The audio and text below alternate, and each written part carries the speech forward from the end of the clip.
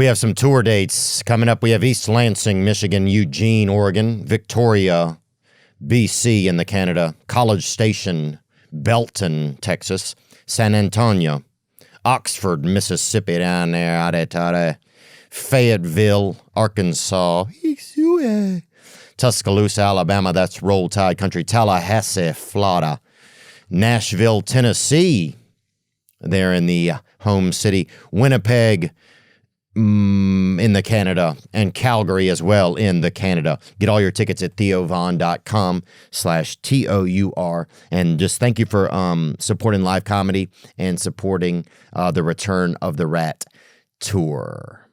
Today's guest is a stand-up comedian. He's a UFC commentator.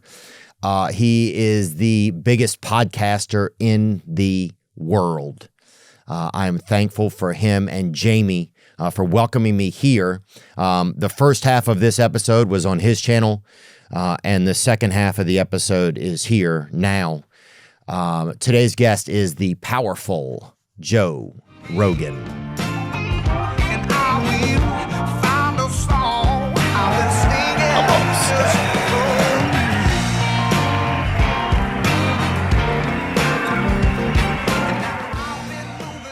Thanks, man. Nice to see you, bro. Good to see you, too. Yeah, man. We had a fun time. We were just talking about how if we had a camera on us when we were in Vegas having dinner a couple weeks ago, that one night, bro, we were so silly. We were dying After laughing. UFC? Dying Yeah, your laughing. buddies were there. There was pro pool players? Yes. Yeah.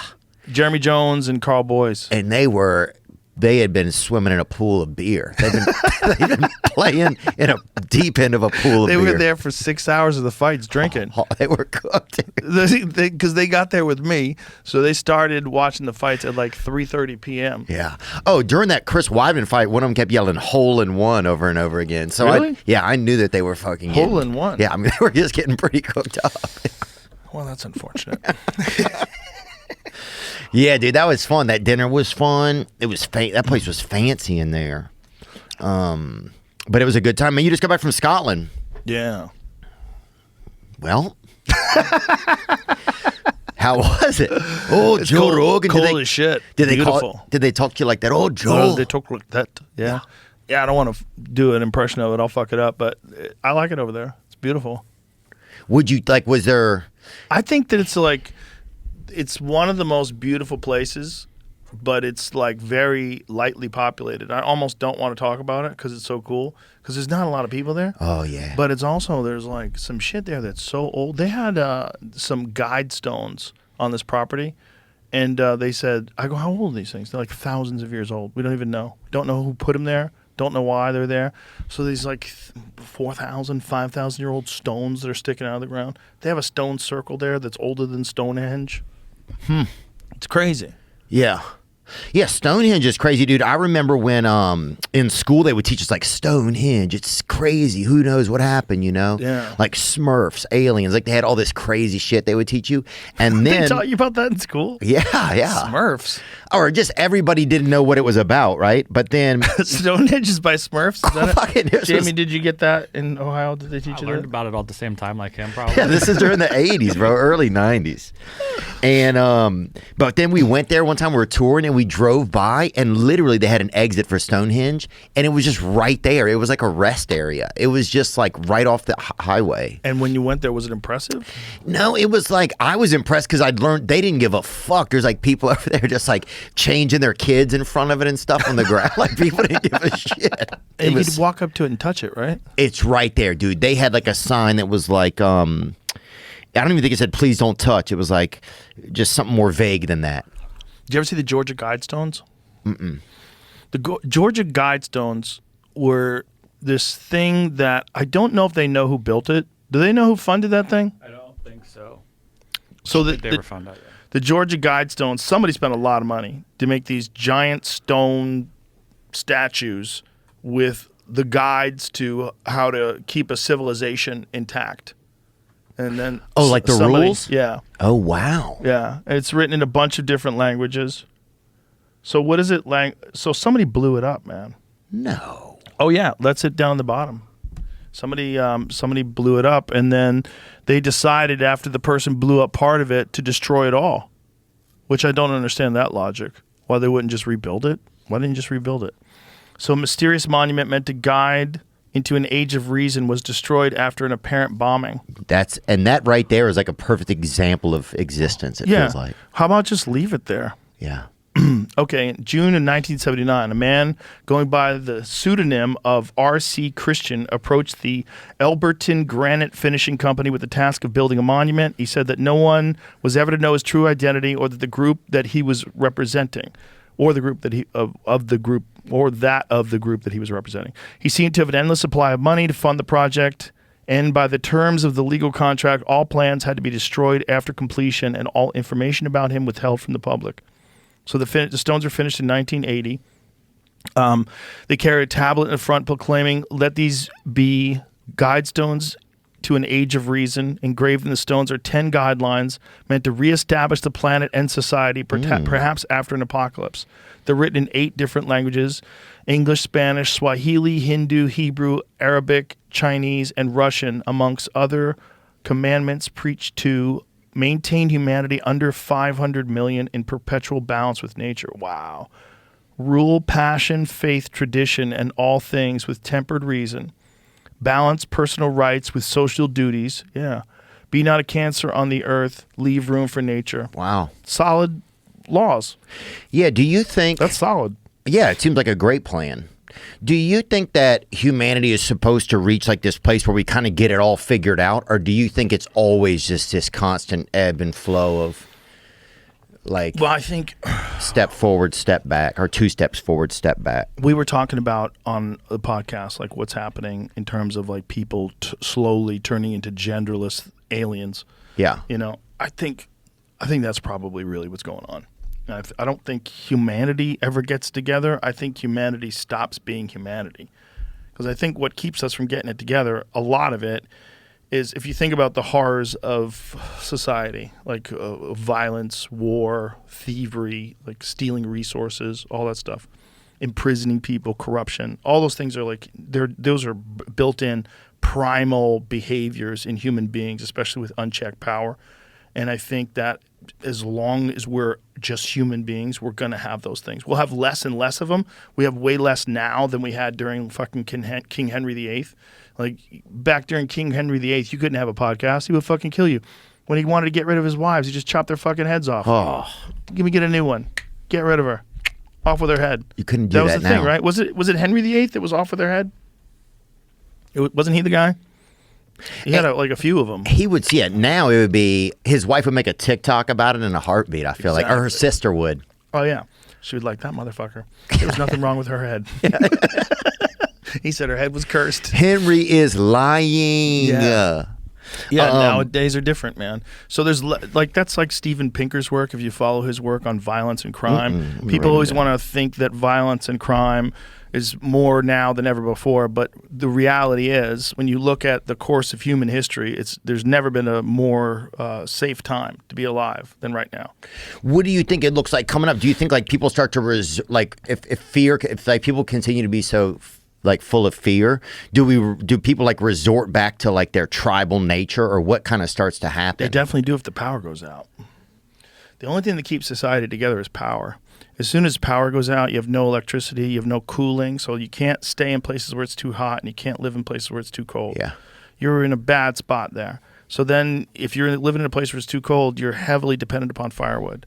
So a big part of your day is getting firewood.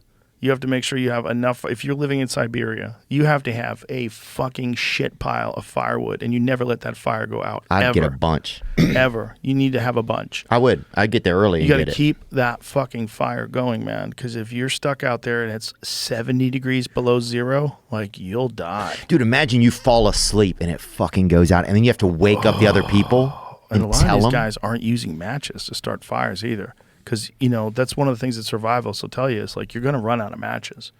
You should learn how to start a fire without matches. So you got to learn how to start a fire with steel and flint. And I don't know how. It's fucking not easy, man. There's some fire starters you can get, like, They're pretty good. Have you seen people do it, like when you go hunting done and it. stuff? You have? I've done it, yeah. I've started fires with these little flint sticks. So it's like a piece of steel and a piece of flint. And there's these little things called fire starters. And some people make them too. One of the ways they make them is they take cotton balls, like cotton swabs, and they soak them in Vaseline.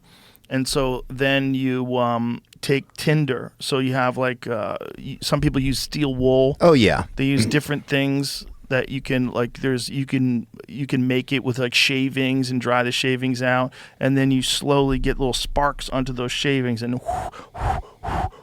then once you get it going, then you put some little sticks on, then you put some bigger sticks on. Now you have a fire. Yeah. And they say that you should know how to do that because you don't want to be on that last match going fuck. Yeah. Like you have to know how to actually start a fire. The best way is with tools. I tried to start a fire when I was in the Boy Scouts with the bow. I don't know if you ever did that one. Like, there's a stick and you wrap. Oh yeah, and you do it like that or whatever. Back and forth. I got it to Cotton Eye Joe or whatever. I got it to smoke. I got blackness came out of it. I never got a fire. Damn. I never got it to the point where I could like light something on fire there. Yeah. But I was also dumb. I didn't realize you got to like put little tiny pieces of wood down in there once it starts going, then blow on it. I thought a fire was gonna get going. Just fucking go, huh? I thought that thing was This gonna bitch light will fire come eventually. Yeah, it didn't. Yeah. Didn't. What in Scotland did you see any good music? AC/DC's from Scotland. Oh yeah. That's what I was thinking of earlier when we were Oh. talking. For those. No, that's not them. Those about to rock. Is that them? Fire ways. They're from Australia. AC/DC is? Yeah, you son of a bitch. They Why keep you lying? changing it. Well, they keep changing it. They keep changing it. It's like Berenstein Bears. You know? It's like the Mandela effect. Yeah. That's what it is. What what's a famous band that is from Scotland then? Take that back. 2 of the members are from Glasgow, so Oh, that's not an incorrect thought, I suppose. Jamie came at you hard there. Came at you a little hard there. What else do they sing? AC/DC. Long way to the top. Yeah. Back in black. Hell's Bells. Yeah, Hell's Bells. Yeah. Whole lot of Rosie. I haven't heard that one, I don't think. Whole lot of woman. Yeah, you have. You have. Whole lot of Rosie.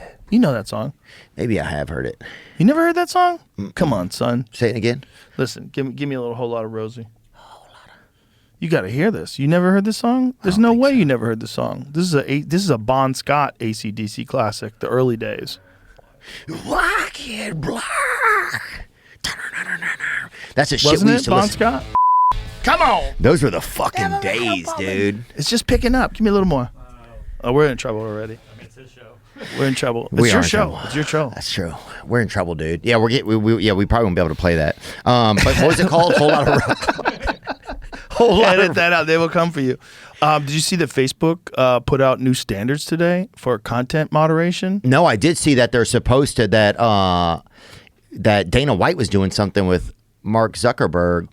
And that He's a part of his board now. And that they were going to allow more free speech. That's what they said. They're going to allow more free speech and allow people to not be restricted to talk about things that were hot button issues before. It's great. And they're going to remove the content moderation for a type of community notes. Facebook and Instagram get rid of fact checkers. The problem with fact checkers is there's been a lot of fact checkers that were just wrong, and it's very ideologically based. Especially anything that has to do with climate change or anything that has to do with vaccines or anything that has to do with anything pharmacologically. Yeah, it says in a video posted alongside a blog post by the company on Tuesday, Chief Executive Mark Zuckerberg said third-party moderators were too politically biased and it was time to get back to our roots around free expression. But do you think they're real? I wonder if there's something else going on, because I find it hard to believe they're really willing to give up that bias, you know? Like it's probably not good for business to keep that bias. They're in a business, all right? Their business is social media. And if Twitter sets a standard, which it clearly does, so Twitter is the most wild of all big platforms. You can get away with a lot of shit on Twitter. Yeah. That has not been the case with Facebook or Instagram. If Twitter continues to have the kind of engagement that it has because it lets people go wild, and I know there's a lot of criticisms about even Twitter's content moderation, but everybody has to admit it's certainly better than everywhere else. Yeah. It's like there's a dispute now about whether or not people should be demonetized, right? Whether if you're allowed to speak on the platform, if they can say you're saying things we don't like, we're going to be able to take away your ability to make money. Well, you're kind of censoring people in a way because Totally. you're enforcing self-censorship Yeah. because they're not going to say those inflammatory things anymore because then they need a Adrian Dittman account, right? Right. Any one of them accounts, talk some shit, blow a little steam off, Well, I wonder talk a little shit about the government. is AI. What if But how do we know that the information in AI isn't being adjusted to fit whatever they want it to say? Like that's what one thing I always thought. Like, well, it is. Right. It certainly is. Like that was the problem with Google's Gemini when it first came out. You know, Google's Gemini when it first came out, they said make images of Nazi soldiers. They had multicultural Nazi soldiers. Did you see that? Oh, you have to see it. You have to see it. You're going to freak out. They had all types of Nazi They had soldiers. black Nazi soldiers. They had a Native American Nazi. Oh, at least everybody They was had doing Chinese Nazis. You know, at least they weren't Bro, it's just. so dumb. But it's like that's when you try to be woke and you attach it to everything. Look, oh, well, you're not representing reality. I said, show me Vikings, not Chinese midgets. Oh, yeah, like, what are you doing? Like, what are you doing? Why are you showing me this? Like- Because it's woke is not reality. And if you do that with AI, like, look at this. Look at those images. Look at that. It looks like guys from fucking Nigeria in the lower left-hand corner. Look at the Native American lady with her braids. That's so crazy. That's a Nazi soldier. She's a cutie kind of. She is kind of cute. It's but look at that. That's nuts. All right, so if that's artificial intelligence, that's not intelligent at all. 'Cause Right. You're ignoring the reality of what a Nazi looked like. Right, but you'd only need a couple generations that it feels like to end up just brainwashing every. You know, it's 100%. like that's the thing that's super Yeah. scary. It's like Yes. instead of controlling like what people write, you control what the paper will say. Right, 100%. It's almost like controlling. He who controls the AI controls the narrative of the whole country. And it's going to be smarter than you and me. Like you and me, if we have an opposition to something, maybe we could say it in a funny way. Maybe we can like relate to people because they know the way we think. But AI is going to be way better at communicating. So it's going to be like we're going to look stupid. Like, have you ever had a debate with someone who's way smarter than you and they're making more points than you and you're stuck? Your episode a little while ago. It's frustrating, right? But you're trapped and you're like, ah, fuck, I can't really articulate this as well. Most of my life is like that. Right. So imagine that, but with the smartest people in the world not being able to keep up, because AI is going to literally be like not just the smartest person in the world, but all of the smartest people in the world together. Fuck.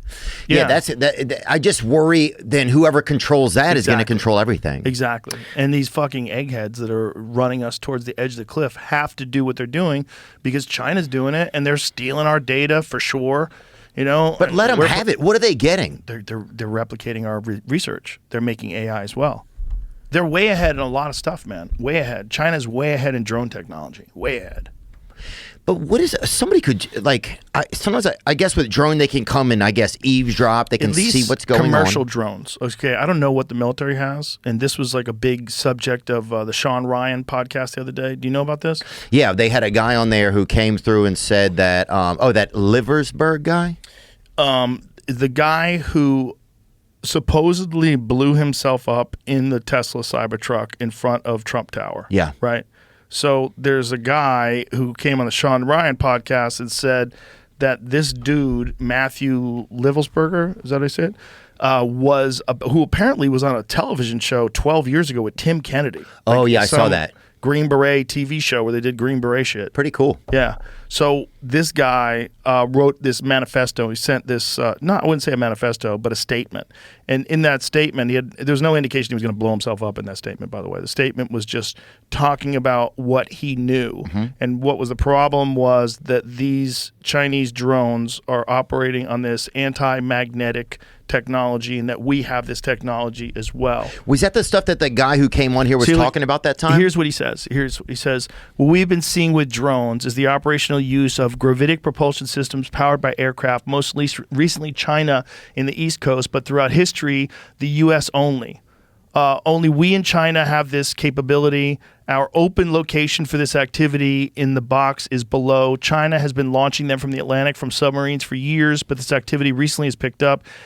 As of now, it's just a show of force, and they are using it similar to how they use the balloon for Signet and ISR, which are also part of the integrated comm system. There are dozens of these balloons in the air at any given time. So what is, because of the speed and stealth of these unmanned AC, they are the most dangerous threat to national security that has ever existed. They basically have an unlimited payload capacity and can park it over the White House if they wanted. It's checkmate. Wow. The U.S. government needs to give the history of this, how they're employing it and weaponizing it, how China is employing them, and what the way forward is. China is poised to attack anywhere in the East Coast. Do you think that this is just this seems to me also like a fear tactic? It could be. It could be. You know, because it feels when big someone like that. releases a letter like that and then blows themselves up where they don't have a chance to talk about, and shot himself in the head with a fucking Desert Eagle. You ever seen a Desert Eagle? It's a giant overkill of a gun. It's like a 50 caliber pistol. What is is a Desert Eagle 50 caliber? I don't know. I mean, they found the Desert Eagle. I don't know if they officially said that's what was used. Oh, but didn't they say that he shot himself in the head? They said there was a gunshot wound to the head of the victim in the car. And it was the worst too because they didn't even claim it was him yet. Right. Also. Wow. They haven't Really? even because the DNA is so destroyed. I mean, he's cooked, so they have to sample DNA and then run it through a lab and then figure out if it's him. Fuck. They believe it's him though. Right. It's so crazy how when something happens now, it's like we get the news so fast, right? And we get video footage of it fast. Like we get a lot of things fast that you start getting so many ideas of what's happened and so many like angles and lanes. And you've had 2 podcasts come out from different people before you even get anything from like the authorities, right? Right. But then you feel like you can't even trust the authorities anyway. It's so wild how we just are having to piece. Everyone is kind of piecing together for themselves what has happened every time. That's crazy. So that shows what Jesus. it actually looks like when a 50 caliber shoots a skull that's wrapped up in that ballistic Show gel. one more time. Can we show this? you Yeah, think? watch this.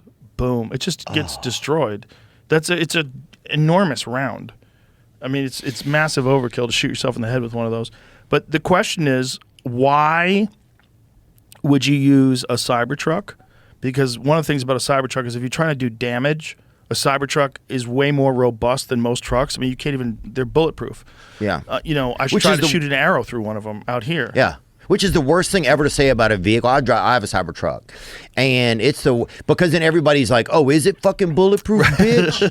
You know? They want to shoot at your truck. Everybody's like, Of "Yeah, course. look at this metal queer." People would yell at me and shit. Like, you're like, "What is going on?" Like, That's so weird. just crazy. I mean, but people want to challenge it. Yeah, they don't like it. There's a lot of people that either love those things, I'm on that side, or hate them. That's my whole family. They fucking, ew, they think they look gross. I feel a little embarrassed when I get out of it sometimes, or when I have to get back in it. It's a statement. I got it like 5 years ago. I wanted it so bad, and you could put down $100 and say you had one, kind of, you know. Like I got one on order. Yeah, I got one on order. Right, everybody had one. But the thing that you always feel like you're working for Lowe's, but you're never dropping off whatever you're supposed to drop off too. You feel like you're in a pickup truck? Yeah, I feel like I'm always like I've You got are in a pickup truck, actually. That's a good point. I feel like I've always got a washer dryer, but I've just don't know how to.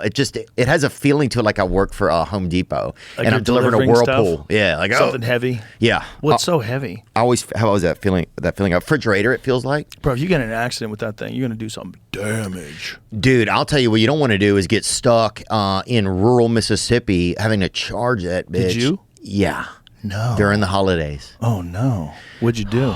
Dude, well, first of all, I pull up and This must circle you at coyotes. Oh, dude, it was crazy.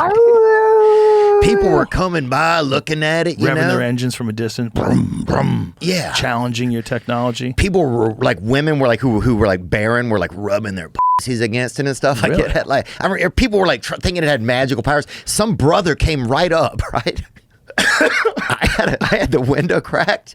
He ordered 2 Black and Milds from me. Like I was like, I was like, I'm just charging. Like, let me get 2 Black and Mild, you know? Like I was in a like you can't even imagine where I was. Town, probably 600 people. How did they have a charger? This one place had a charger. It was like an IGA. How long did it take you to charge that whole Cybertruck? It took me 2 hours to just get enough to get out of there. Basically, How many miles did you get with 2 hours worth of charging? I would bet I got 40 miles. That's it? Yeah, it was a tough. I mean, it took me half the day to get back to my mom's in Baton Rouge. See, that's the problem with long distance unless you go to a place that has like cities where they have the superchargers. Yeah. Well, then when I drove back to Nashville, I hit like ones that had 300, 250 kilowatt hours. One has 400 kilowatt hours. There's a Mercedes dealership. Wow. So how quick would that charge you up? That thing will charge you up, I bet, in about 45 minutes. It's still all the way to 320 miles. That's still a long fucking time. Dude, You're I plugged it sitting in at my buddy's house. It gave me 2 miles an hour. So in the I woke up 6 hours later and had 12 miles. That's so crazy. Yeah, so that was just like a Regular. lamp. Yeah. Basically. Yeah, Like, it takes enough a lot of electricity. enough power to read by, basically. Do you really save money though? Have you ever looked at that? Like, it's like how much he's paying on gas versus how much does it cost for electricity? I don't think you really save any money. And especially if you have to charge on one of those trips, then it costs it's pretty expensive to charge up. Like, it's not more than gas, but it's probably half the price. Dude, and then this was the worst thing. So in Louisiana, they put a couple chargers back behind this Church's Chicken, right? You're like, Oh, I gotta tell you about this shit, dude. you get some hand movements in here. Well, look, bro. Dude, it's like, as soon as you start doing this, like, I know you got a point. This was my holidays, dude. It was tragic. So I get off. They got a Church's Chicken, right? So to drive, the chargers are behind a Church's Chicken for some reason, but there's no lane to just drive back to the chargers. You have to get in the to-go lane of the Church's Chickens. You have to go in. So there's a big line at the Church's Chicken, right? So I get in line. I have to wait in line to go to the lady at the order thing. You know, it's like, take your order. At the to-go order, and I'm like, I'm just going to the charger. So then I go back there, and now I have to like meander back and forth to get my car to park, and there's hardly any room. Now I'm just facing the people who are waiting in line to pick up their chicken. And there's two types of people in the world. There's like people that wait in line at a Church's Chicken in a drive-thru to get food, and people who have a electric vehicle, right? They're two different people. Very. Oh, so all these people are like, look, and then I had to leave, right? So I sit there and charge. I had to leave. Some lady is like, wouldn't let me back in line because she didn't want me getting her chicken, right? She's like, you ain't getting my chicken. And I'm like, I don't want your chicken, right? I'm just trying to get out of here. But there was no way to go around the line. Like, you had to get in the line to leave. That's the dumbest thing I've ever heard of. So you had to order chicken in order to use their electricity? No, but I had to promise a lady I was not going to get her chicken, dude. I'll give you $11 not to ever fucking even get any chicken from this place. 11? That's not enough. Or 27 or whatever. It just made me mad, dude. But anyway, how fast was that charger? That charger was pretty quick. It was 250 kilowatts an hour. I'd say about an hour and 15 minutes you could charge her. And you were ready to go in an hour and 15 minutes? I got out of there early. I cut out early. But it was just a lot, man. I love driving a Tesla around town because I know I'll be able to park it at home or park it here and charge it. But if I had to go on a road trip, I would be very nervous. Yeah, I would say no, do not do it. That's what I would say. Also, it's like whatever the range is, like let's say the range is 360 miles, not the way I drive. Yeah, you're not getting that. You're getting 220, 210. When you accelerate on the highway, you're like, wee. Oh, I pulled into a charger with 4 or 5 miles left. Ooh. Right into that bit. Then that's like a pedestrian. I don't give a fuck, son. You're so close to being a pedestrian. You're like minutes on a watch. Tick tock, tick tock, tick tock, tick tock. Away from being a pedestrian. I'm like from walking until you run out of water. Tick tock, tick tock, tick tock, tick tock, tick tock. You're 4 minutes away. Fuck that, dude. The thow's about to rock. Fire. See this? You can call a tow truck. They can come with a tank of gas. Like that. But that one, they show up, you tip the guy, hey, thank you, brother, appreciate it. Where's the nearest gas station? He hooks you up, you pay for the gas, you pay for his service, you give him a tip, you drive to the gas station. Bro, that's a 15-minute ordeal. Yeah. You're good to go. Filled up, you got fucking beef jerky, you get a Diet Mountain Dew. Hell you're yeah, on the road. You got a bag of peanuts you're not going to eat. You're on the road, son. Yeah, you got a fucking, you're riding in your truck again. You're ready to fart and huff it. Again, we're talking about farting in the earlier episode. Guys, I wonder if there's been a study on the drop in IQ from huffing your own farts driving trucks. It can't be good for you. Or animals would do it. You know what I'm saying? Or you would see, I guess caved animals probably do it. It can't be good for you. It just can't be. No, because it's your body trying to say no way, and then your nose is like, yeah. You know what's really bad for you? Scented candles. Really? Yeah. I was reading about this. They're trying to figure out why there's been an uptick in lung cancer from people that don't smoke. and they're trying to figure out what it is, and they think there's a combination of factors: burning, toxins, some cooking oils when burned create like problems, and people inhaling, like especially for prolonged periods of time, but also candles. Like candles are not good for you. Those scented candles, you're getting a bunch of funky chemicals. So if you have a 1-bedroom apartment, right? You got a little bedroom and you got like 10 candles in there because you like it looking sexy. You know, you like to listen to fucking moody music. Yeah. You know, You like to lay on your back and jerk off with your legs in the air like that? Yeah. Like some That's weirdo? it. Yeah. Listen to PJ O'Rourke. Listen to Joel Osteen. Under the bridge. Yeah, I want to get moody. Dude, that has to be the craziest way to jerk off is laying on your back, legs in the air, Yeah, right? legs in the air. Yeah. Asshole to God. Oh, that's crazy. Hold on. And one of my buddies is like, yeah, sometimes I put a pillow under my butt. I'm like, what is that I don't for? even feel comfortable stretching like that when I'm alone. You know, I stretch like that when I'm alone. I lie on my back and I get both my ankles and I pull them down like this to work on my kicking flexibility. Oh, damn, brother. I don't even feel comfortable doing that, but I'm by myself. Just me by myself. Yeah, Stretching that's a out lot. with my legs like this, like wee. That's hitchhiking for the devil right there, That's brother. what I'm saying. I'm giving off a message to the demons in the world. This episode is sponsored by Prize Picks. Do you love firing on sports? Prize Picks is the best daily fantasy sports app for you. It's the one I like. Sign up today and get $50 instantly when you play $5. You don't even need to win to receive the $50 bonus. It's guaranteed. You can fire on all your favorite sports like the NBA, NFL, UFC, and many more. Instead of choosing teams, you choose individual players. Each player has a set projection, and you either choose more or less than that set projection. For example, you could choose Anthony Edwards and more than 16 points, or you could choose Bronny James and less than 2 rebounds. If you are smart with sports and you know what players are going to perform on what nights, then Prize Picks is the best app for you.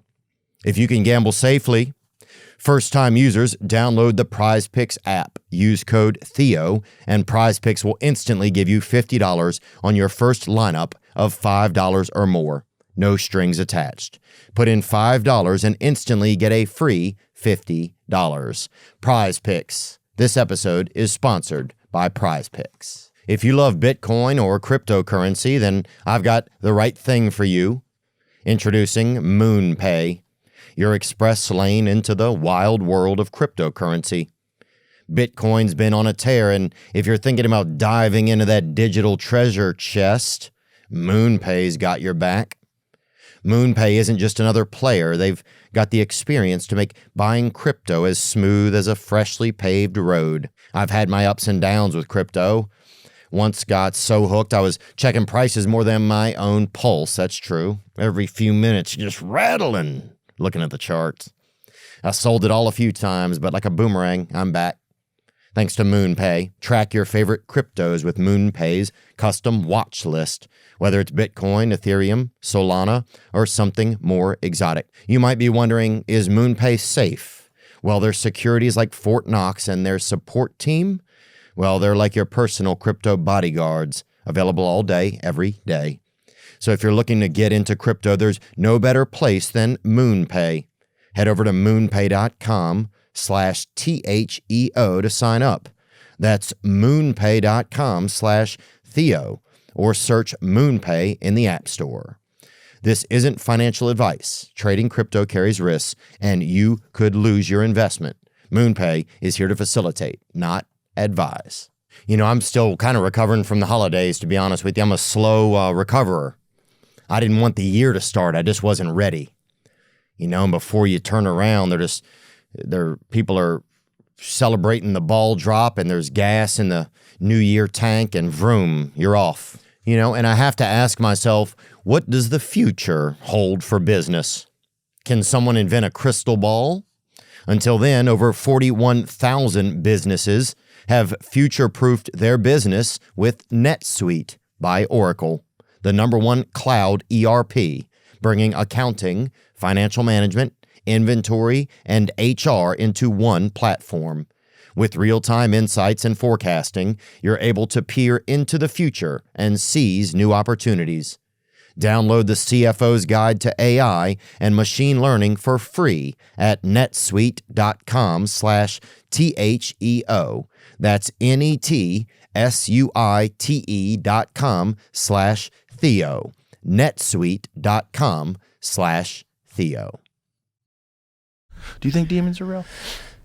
Oh yeah, I believe that I believe that there's good and evil. Yeah, I do too. And some of it I believe might be our own individual wars, you know? And I believe that there could be a group war. I'm amazed that at a group level we don't start to say, hey, this stuff is evil and let's not do it, right? But I think that's where like temptation and all that comes in. And yeah, I think it's pretty fascinating. Sometimes I'll wake up and look at my life as like, wow, this is a war I'm in.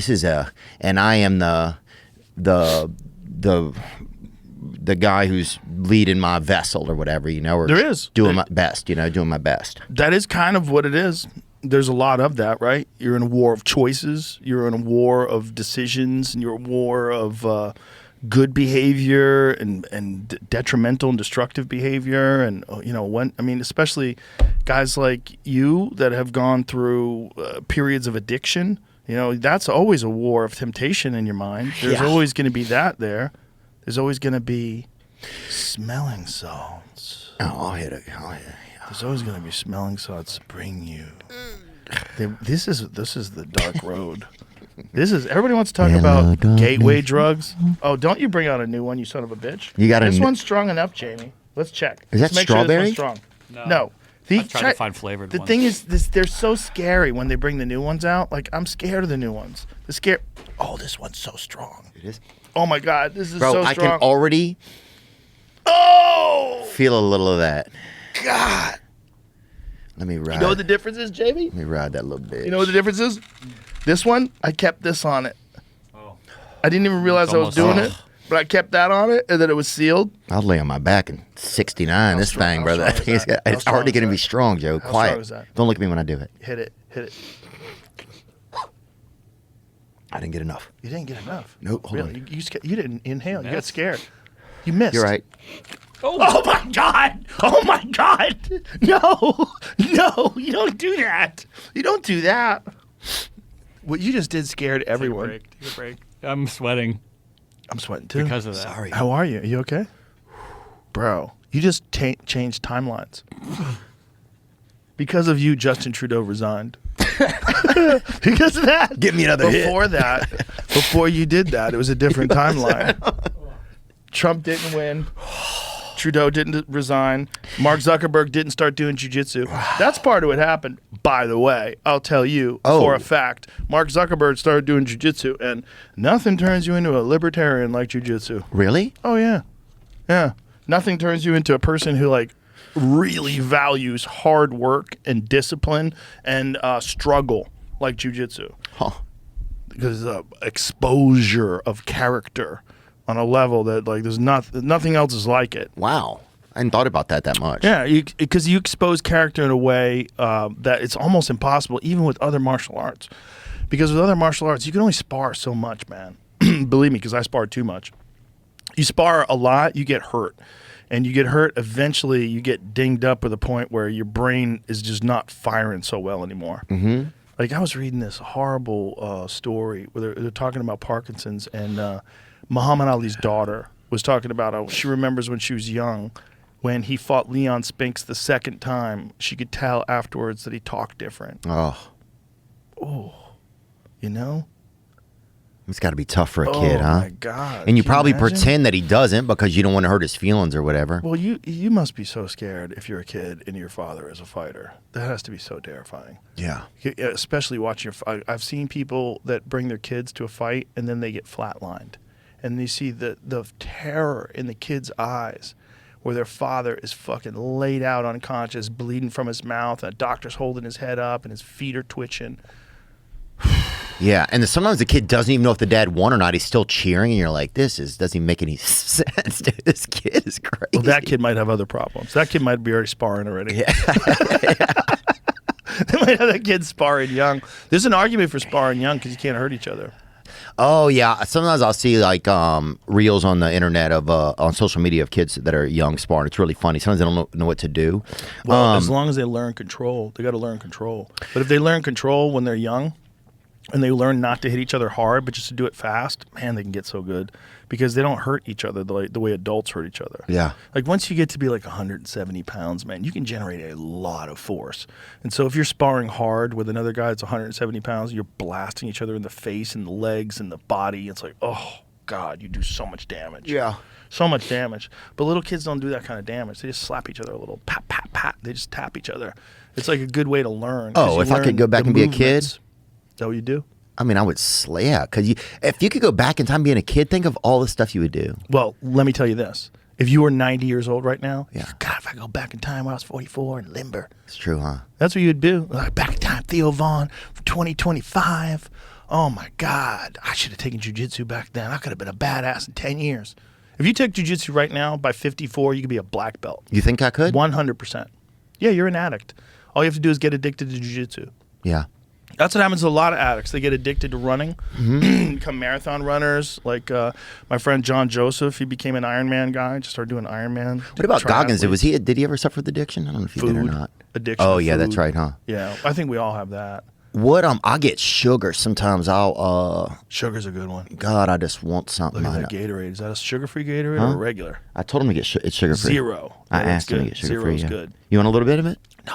Yeah. You know what I want to hit? Like, you want a taste of this whiskey? Dude, you want a gram of this shit? Dude, I would get so, I just been getting so dehydrated. First of all, why is dehydration more of a thing now? Dude, when I was growing up, nobody was like, we were talking about that in the other dehydrated? podcast, and that's why this is important. If you're going to listen, you got to listen to both podcasts. Yeah. And listen to that one first, because we started talking about dehydration, but then I think you started talking about zebras or something. I did? Yeah, you went off in a different direction. You went off in a different direction, dude. You started talking about bombs and you haven't aliens. You haven't met you, dude. I got to introduce you to you. You're gonna be intrigued. I'd be fascinated. But no, I think what was I saying? Hydration is important though. But that's why why is it- electrolytes. why- Electrolytes are important. Why is it a big thing now? Like, you remember saying years ago, nobody was like, 10 years ago, nobody was like, people were like, yeah, stay hydrated, but nobody was like, there wasn't this big crazy thing about it. There was once they figured out Gatorade. So do you know what the original Gatorade ingredients were? It was like citrus juice, like lemon juice, salt, sugar, and water, I believe. Pull that up. So this was a criticism that someone was bringing up on one of them Instagram reels. And they were talking about the original Gatorade versus the Gatorade that they have now with all these crazy dyes and the color blue and all the weird shit. Like, Gatorade didn't used to be like that. Gatorade was just like a hydration drink that was pretty fucking good. Yeah. Like, hydration drinks are legit. Electrolytes, that's a legit thing. You know, you really do need sodium, you need magnesium, you need electrolytes. Trace minerals. Yeah, all that stuff's fucking really good for you. And when you sweat a lot, it helps to replenish it in your body. Do you think, do you believe in that hydrogen water stuff where it's like you charge water? Yeah, it's legit. It is? Yeah. I thought You got to about drink maybe it like getting one right after this you make year. it. The original Gatorade invented in 1965 by UF's, is that University of Florida? Yeah. Robert Cade, consisted of glucose, sodium, potassium, and water. That's it. So sodium, potassium, water, and some sugar. The same formula we use for oral rehydration in cholera. It worked, but it tasted like tiger piss. Then Pepsi bought Gatorade, and Michael Jordan sweetened it with high fructose corn syrup, and voila! Michael Jordan brought us into the high fructose corn syrup maze. It was it. Yeah, I remember he was the best ever. Who's done better with sneakers than that guy? Nobody. Jordans, it became his name. But also, it became a thing. Like, it's a part of a brand. It's a huge brand, and it's bigger than the brand. Yeah. Jordans are bigger than Nikes. Like, if you have Nikes on, that's one thing. If you have Jordans on, like, oh, he's got Jordans on. That's wild, huh? Theo Vaughn's wearing Jordans. Look at that. Yeah. I've never been a big shoe guy, really. I got these Jelly Roll shoes on he gave me. Oh, those are tight. These are like Hey Dudes, they're called. Oh, yeah, I got a pair of those. But they're really men's slippers, and it's something they're about it. You're Yeah. wearing slippers. It's like, let me What go are on you the going to do if you have to fight? Not put these on and go out on the porch. The porch. I can see Theo scrapping on the porch. By the way, I've seen more fist fights online over the last 3 years than I have in my entire life. Yeah. My entire life of actually seeing street fights, my entire life of being out in comedy clubs and nightclubs and bars and seeing street fights, I've seen more in the last 3 years than all that combined. Do you feel like we get an unrealistic view of reality because of all the stuff that we see online? You do. Yeah. But if you don't go and see an actual bar fight, you don't know reality. Like, I remember I was 21 years old. I was in Boston. And I went to this bar, and I saw this dude break a Heineken bottle on this dude's face. I don't remember what they were arguing about. The dude did it so quickly, out of nowhere. His first move was break a Heineken bottle on this guy's face and just cut this guy's face wide open. It was blood was pouring down his face. I was like, that is crazy. And I was as close to that guy as I am to Jamie. It was right there at the bar. I watched it all go down. I was like, and it put in my head, like, don't ever talk shit to somebody at a bar. Yeah. Like, de-escalate always. Too many weapons around. Because, there's people out there that will just break a fucking bottle over your face. Especially if you threaten them. I don't know what that guy said. I don't know what happened. Yeah. I just saw the act of the guy breaking. I heard loud arguing and then smash. And did the guy make a sound when he hit him or anything like that? I don't remember. I just remember blood. The blood was instant. It just gushed down his face. Yeah. I mean, this guy got ruined for life. He has a giant scar on his face for the rest of his life, for sure. There's no way he doesn't. It was just whoosh, his whole face, blood. Did you... don't fuck with people, man. Oh, yeah, I'm not fucking with anybody. I know you don't, but I don't. For everybody else listening, don't fuck with people.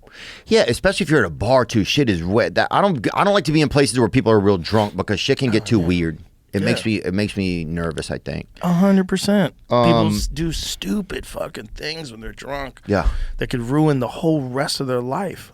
Just being hammered. Imagine how many people have just sobered up and be like, you're lying. That happened. And they don't even have any memory of it. I was watching this video that I just saw on Instagram the other day of this guy who was a former Muay Thai fighter in Mexico. Mm-hmm. And he got in a fight with these dudes and just started KOing dudes left and right. He KOs like 4 or 5 dudes, and one of them died. Because this is one of the things that I tell people all the time absolutely happens in street fights. You knock a person out, they fall down, they bounce their head off the concrete, and they fucking die. And it happens all the time. It happens all the time. And so in 25% of the people this guy knocked out, one of them died. So 25% of them died. 1 out of 4, he KOs all 4 of them. One dude never wakes up, and now he's charged with murder. Have you seen the video? It's pretty impressive. No, and the guy's just defending himself? Yeah, these guys are coming after him, and he just starts flatlining them. Damn. Just blap. He's got a good right hand. Did you see any UFC fight or any fighting when you were in Scotland? What did you do for fun when you were there? No, there was no UFC fights. Have you seen that video, Jamie? I can send it to you if you want. Who's a Scottish fighter? Paul Craig, is he Scottish? Yeah, he's Scottish. He's a bad motherfucker. Yeah. He's got one of the greatest triangles in the history of the sport. That guy's triangle's off the charts. I know I sent it to Tommy. Me and Tom Segura sent each other everything fucked up, including that nuclear explosion, which I also saw that lady get body slammed. Did you see that one, Jamie? You didn't see that lady get body slammed? I don't know what specific time you're talking about. I've seen a video of that before. Some lady punches this guy in the face, and the guy body slams her. Was it it wasn't that Pentecostal deal, was it? No, this one is I think it's in Toledo, Ohio, and they're out in the middle of the street, and this lady is yelling at this dude's girlfriend. So I just sent it to you, Jamie. Bam. Oh, Jesus. That's another one. Ooh. Oh, he picked that woman up and slammed her like that? Wow. That seems, first of all, weight class, that's a catch weight, huh? That's so awful. That's so awful. Oh, my God. Damn it. Jesus Christ. Fuck. That's not the one I'm talking about. The one I'm talking about is, I just sent it to you, Jamie. You got to be careful, man. This one, the lady punches the guy in the face, though. The guy's trying to de-escalate. He tries to walk away, and the lady says, "Get the fuck out of my face!" And then she punches him in the face, and then the dude picks her up and just slams her. Oh my God! And her boyfriend was in the car the whole time. She's calling out to the boyfriend in the car, and the dude does not get out of the car. He's like, "Nope." She's like, "You go ahead and fuck. Look at this. Give me some volume." And go full screen. Watch this. Get out of the fucking car! You want to run my fucking ass? Get out the fucking car there, bitch! Get out! Get out! I didn't touch your fucking car, you dumb bitch. You were on my gun. Come and touch me, because my man's right fucking there. Come and put your fucking hand on me. I ain't driving crazy. Your bitch was on my goddamn ass. I went to fucking other lane. Get out of my face. See you later. Bitch. Fuck ass! That's why you got to go to a meeting, dude. I go to a meeting before I do this shit. Okay. Just for the record. That's a Mazda, I think, huh? No, it looks like a Cadillac. Like a shitty old Cadillac. For the record, that lady could die. Yeah. Like, you could die from that. Like, if her head banged off the concrete, I'm not sure if it did, but if it did, with the weight of all of his body and her body, like, that shit is very dangerous. Oh, look how much we heard it from here. Yeah. I mean, that shit fucking... He was charged with assault and battery by means of dangerous weapon causing serious bodily injury, vandalizing property, and unlicensed operation of a motor vehicle. The man involved was arrested, but he wasn't driving. Yeah, that blows me up, man. I'm not. This is just what someone posted below. That could be. It might not be true. The woman suffered injuries, but was released from the hospital. Oh. The thing is like she assaulted him first. Right. Oh, yeah. It seemed like they would get that figured out. But doing that, he did bang her head for sure. Her head banged.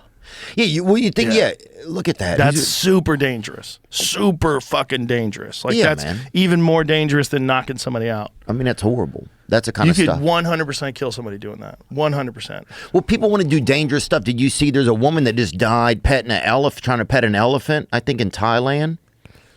Well, we Jamie, watched if you don't mind. A guy get trampled by an elephant recently. You did? Oh, it was awful. This elephant got tired of this guy ordering it around and just folded this dude up and just squashed him. And you see him trying to get away and it just squashes his head. You're like, yo. Spanish woman killed by elephant in Thailand while bathing animal. Oh, by the way, I did that. You did it? I didn't get in the bathe them, but my family did. We, in Thailand, rode the elephants. And I was like, I don't think this is cool. They thought, oh, this is so beautiful. This is what happens. You go to this elephant reserve. Like, it's like they rescue these elephants. By the way, the elephants are completely free range. So they're wandering through the jungle. So while you're there, you hear trees branches snapping, and you see elephants just making their way through the jungle to this group. And then they feed them sugarcane. So you feed these elephants sugarcane. So you give them a bunch of sugarcane, and then you clean them. So you wash the elephant and you say nice things to it. Yeah. And you develop this little relationship with the elephant. Oh, and then you ride the elephant through the jungle. The elephant takes you. And then at the end of it, you bathe the elephant. Right. You get the elephant like in the water and you whatever. wash them. You're basically being nice to them. They're being nice to you. They're letting you ride them. You give them free food and you give them a little massage. But I made a video about it, I think. When does it go I askew? definitely did. I was like, I don't recommend it. Yeah. I was like, it's cool because, like, I was hanging out with this elephant in the video. I was like, they're really sweet creatures. They're so gentle, but they're so big, and they're deciding not to kill you. Right. You know? And you're riding them, which is like, why do you have to ride them? Like, why do we have that infatuation with people that want to take pictures of, like, you know, let me pet this newborn cheetah, right? Let me bottle feed this fucking senior citizen tiger. You know what I'm saying? There's always like, let me bathe this elephant. You know, the tigers are all drugged up too. That was another thing we did in Thailand. You got to be careful, dude. The tigers are drugged up, man. Yeah, super drugged up. So this is what it is. It's like you go to these tiger sanctuaries. What? You can. You certainly can on tigers in Thailand. Oh, Thailand. So you go to this place and they have little kittens. So the kittens, the tiger cubs, they're different. They're super active. Like, they're biting things and playing with each other. And you can touch them? And you can touch them. Okay. But then when they get slightly older, you can be in the cage with them, but there has to be a dude with a stick. The dude with a stick is standing between you and this small tiger. Fuck no. Whose team is he on? Oh, it's so crazy. It's so crazy. And he's on your team? Yes. Okay. And this is a small tiger. This tiger is like 40 pounds. And then when they get bigger, then they have to drug them. So then when you get into the adult tiger, they're like this. Like, so obvious. And people are taking pictures, like sitting next to the tiger. Tiger's literally like this, like, he has no idea what's going on. They keep them all heroined out of their mind.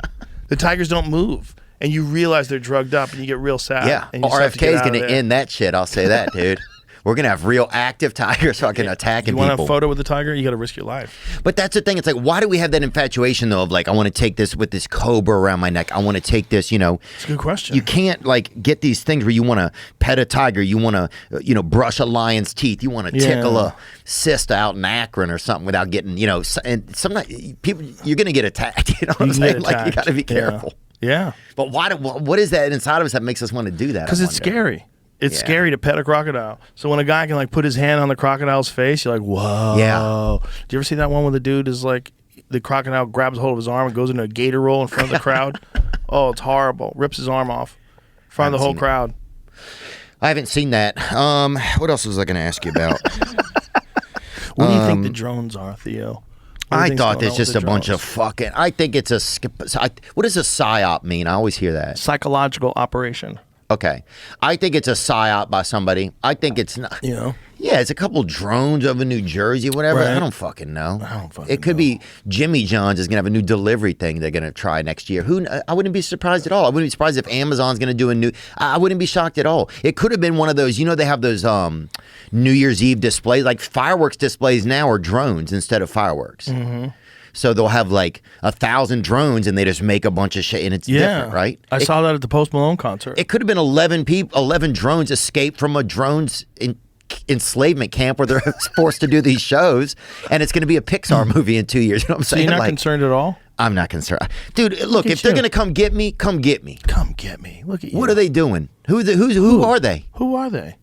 These fucks. Yeah, they're going to come get me. Come get me, bitch. Yeah, if they want to get me, they know where I am. Yeah. They leave know me where alone. Huh? Yeah, otherwise leave me alone. Don't make me look at you flying around the sky like an asshole. What are you doing up there? Come down here and fuck if you want to party. Whoa. Or come down here and fucking party. Come down here and have a drink. Come down here and do something. You're a drone in the distance fucking looking at shit. Do you think we'll ever get to a point where aliens are so comfortable with us they could just come hang out? Dude, I think Earth to aliens is a dump, dude. I think Earth to alien... Because aliens go on vacation every year, right? They're just like us, right? And they take their kids on a trip or whatever. And the kids who are so poor, right? And look, we were poor. My mom would take us to the beach when it was freezing cold and fucking wouldn't tell us, fucking whatever, dude. It was like, it seems cold. It's like, whatever. So well. And, but the aliens that don't care about their kids, whatever, they bring them here to fucking they're like, oh, and the kid's like, we have to go to fucking Earth, dude. Our life sucks, Like the cool alien kids go to all more neater shit, Right. Does that make sense to you? Yeah. Yeah. That's the kind of thing I'm saying, man. Did you know Scotland actually has some of the most UFO sightings in the whole world? Well, they had one of the best UFO sightings. They took photographs of it. It was in that movie, Bridge Bonnie or whatever. What's it called? Bridgebury? Yeah, something like that. James Fox's documentary, The Program. He was just here promoting it, and they showed the photo, and it's a photo from the 1990s that they got of this thing. There was 3 photos. Bonnie Bridge, that's it. Go. Most UFO sightings on the planet. Whoa, 300 per year. But also, let me tell you something. Those folks like to drink. I mean, they drank. Oh, yeah. They have a wee drab. Have a wee drab. If someone says have a wee drab, that means it's time to get fucked up. This dude poured me a shot of Irish whiskey that was like that thick. I was like, oh, we're going to go. They're getting We're getting ready to go. Oh, Joe Rogan. Did they call you have that? A wee drab. They're the Joseph. nicest people. They're the nicest people. And I think they don't have a lot of gays over there either. They have a lot of blue-eyed people over there. You know that? You don't think they have a lot of gays? I don't know. What do you think they do with them? I mean, they have them. I bet they don't say that they're. I bet they're secretive. Nah, I don't think you don't so. think? I think they're pretty open-minded. In fact, I think they have a pretty woke government. I think they have a very woke government. They wear a lot of kilts. That's for sure, dude. There you go. It's close to gay. Wearing a dress. It's not, but it's like, what if a kilt says free awning on it? What if it's a rainbow kilt? Do they sell rainbow kilts? They probably do. It's always raining. What if it just says free awning on it? You're like, oh, that seems like a trap, bro. Come dry your head off down here. But if it says kids awning, you got to be, that's a fucking. Oh, yeah, free toys under the screen. Cool, dude. Hey, the top's empty. Jesus Christ. I'm just saying, dude, the Scottish, we need more of them, dude, and I believe that in the future we'll get more of them, man. You think they're going to breed a lot, or do you think we're going to like import people? They've had some explosions of population, I know, over the past like 50 years. I think like the... Oh, really? Yeah, I think so. It's like 1 million people over there. There's nobody over there. Yeah, but they're getting more. I think the whole country is like 6 million people. Most redheads, most blue-eyed redheads? people, yep. Most redheads per cap. As of 2022, the population of Scotland was 5.4 million. Yeah, largest population ever recorded by Scotland census. Population grew by 2.7% since the 2011 census, which was slower rate of growth than the 4.6 increase between 2001 and 2011. They're smashing. They've been listening to Ed Sheeran, brother. That's what's happening. Get the candles lit. Yeah, they're coming back. They're getting lung cancer. It's like, fuck it. Fuck it. Want to keep an atmosphere going. They're making a comeback. I think everyone has subscriptions that they've forgotten about. I recently had a umbrella subscription, just sending me every 7 weeks, getting another umbrella in the mail, just stacking them up, and I didn't need it. I forgot I had it. Well, Rocket Money can help if you have unwanted subscriptions. Rocket Money is a personal finance app that helps you find and cancel your unwanted subscriptions, monitors your spending, and helps lower your bills so you can grow your savings. That's what they do. With Rocket Money's dashboard, you can get a clear view of your expenses across all your accounts. Rocket Money will even try to negotiate lower bills for you. They automatically scan your bills to find opportunities to save, and then you can ask them to negotiate for you. They'll deal with customer service so you don't have to. Rocket Money has over 5 million users and has saved a total of $500 million in canceled subscriptions. Cancel your unwanted subscriptions and reach your financial goals faster with Rocket Money. Go to rocketmoney.com/THEO today. That's rocketmoney.com/Theo. rocketmoney.com/Theo. So it's a new year in 2025, and one of the things about a new year is that it brings some new energy. It does. It's whether we look at it or not as important. It's a refresher, right? It's something. Okay, let's start again, and that's why I think if you're considering starting a new business, that now is the time. Now is the time to answer that question: how am I going to build something for myself? Well, Shopify is how you're going to make it happen, and let me tell you how. The best time to start your new business is right now. Shopify makes it simple to create your brand, open for business, and get your first sale. Established in 2025 has a nice ring to it, doesn't it? Sign up for your $1 per month trial period at shopify.com/THEO, all lowercase.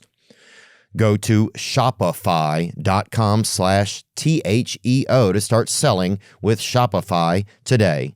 Shopify.com/Theo. Life in general can be chaotic, but if you're in charge of order fulfillment for an e-commerce business, you know that that's its own special kind of chaos. But with ShipStation, you can count on your day-to-day remaining calm. Save hours and money every month by shipping from all your stores with one login, automating repetitive tasks, and finding the best rates among all the global carriers. Save hours and money every month by shipping from all your stores with one login, automating repetitive tasks, and finding the best rates among all the global carriers. That's right, it's the fastest, most affordable way to ship products to your customers, with discounts up to 88% off UPS, DHL Express, and USPS rates, and up to 90% off FedEx rates. Wow. Calm the chaos of order fulfillment with the shipping software that delivers. Switch to ShipStation today. Go to ShipStation.com and use code THEO to sign up for your free trial. That's ShipStation.com, code Theo. I had a question. Do you think, Joe, about do you think that Elon and Vivek Ramaswamy will really be able to have an effect on things? I'm interested to see. Elon is a very pushy man. Once he gets an idea in his head, it's very difficult to get him off of it. I'm interested to see if they can do anything. I'm interested to see what the reaction is to it too. Like what kind of resistance is there to them trying to change things by the actual government elected officials? Yeah, that's going to be interesting too. Like, sometimes you find out more by resistance than you do from, like we did with we were talking about on the other podcast, the Trudeau thing with the truckers in Canada. When he went after the people that donated money to the truckers and he closed their bank accounts, that's crazy fascism. I didn't know he did that. Yeah, that's crazy tyrannical overreach. That's like really dangerous authoritarian government tactics. You close the bank accounts of people who donated to a peaceful protest. So sometimes, like in resistance, you get to see what someone's really about. Yeah. You know, and so I'm interested to see. Well, they already tried to kill him. You know, I know 2 times. I think even after that, they're like, we got to let him keep going. That's the other weird one about the killing him thing, the trying to kill him, is there's all these connections. This is the big tinfoil hat conspiracy thing. Mm-hmm. They're all connecting him to Fort Bragg. So there's 3 connections to Fort Bragg. There's this guy who blew himself up, allegedly, in the Tesla. There's the dude who tried to kill Trump on the golf course. He had visited Fort Bragg 100 times. There's one other one. What's the other one? Is that the New Orleans guy? The New Orleans guy. Yeah, that's right. Heartbreaking. The New Orleans guy who ran over those people in the street. That guy's from Fort Bragg as well. And so I'm praying for those groups. It's fucking what people heartbreaking. are really terrified of is the idea of mind control, and that they train people that are very vulnerable, people that are all fucked up. They train these people to become hitmen and terrorists. And there was an undercover camera thing. I'll send this to you, Jamie, because you see it and you're like, what the fuck? These are real people? Where this guy is explaining how they do this. And he's explaining how they take people and push them over the edge. Oh, yeah? People that are maybe like a little bit lost, and they give them a nudge to get them to do things. Well, it all makes sense. I mean, just like religion can find you, or just like sure, the government can find you when you're anything. vulnerable. Yeah, something can find you when you're vulnerable. Well, that's the kid that shot Trump. That's what a lot of people think that is too. The tinfoil hat conspiracy is that they found this very vulnerable kid. He did a BlackRock commercial, and then, you know, a year and a half later, whatever it was, he's shooting at Trump off of a roof. Like, yeah. So listen to this. So CIA agent explains how the government baits and tricks mentally unwell social media users into committing crimes they wouldn't normally commit. And so it says you set them up. You create the situation to where they have no choice but to act on their impulse. And once they act on that impulse, then we call that entrapment. We call it a nudge. A nudge. A nudge. Sometimes you just gotta give them a quick little, just to see what happens, right? And how does that happen? You put a post out there, or you have someone fake profile say something that triggers, that we know is going to trigger them, right? Like, we already know your history. If we're to that point, we already know everything about it. So we're like, oh, this will piss them off. Sometimes you like the fuse and just wait for it to follow. Yeah. Nothing like putting out a fake social media thing to like really get people mad. Post fake news. Sometimes it's not fake. That's It's crazy. embellished a little bit. So this is, the guy's name is Gavin O'Blenis, and says CIA contracting officer, former FBI, San Diego. Like, is that to protect or serve? Like, what is that for? You imagine that government money is being spent to manipulate vulnerable people into doing things that they wouldn't ordinarily do?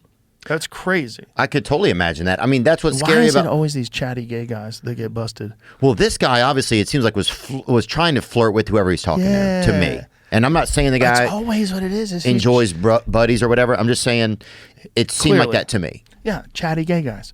That's how they keep busting them. Yeah. They get hot guys on Grindr to go meet up with chatty gay guys. Yeah. I wonder how they set that up. I wonder if you have to have a bunch of verified fucks in order for people to take it. Like, where's your blue check mark? You got to be really gay, buddy. You got to get a pink check mark. Someone's fucked you. All right, this guy's legit. Oh. And you think there's a lot of people being fake gays or whatever to help the government? Mm-hmm. Oh. Yeah. All that James O'Keefe stuff, back when he was at Project Veritas, they'd always bust these gay guys. James O'Keefe, the author? No. No, the investigative journalist. Oh, I didn't see that. Very controversial investigative journalist that does these undercover ops where he gets one of his guys to wear a camera. I'm thinking of Robert O'Keefe, I think. I don't know who you're thinking of. But James O'Keefe was with Project Veritas. Now he's got his own thing. What is it called?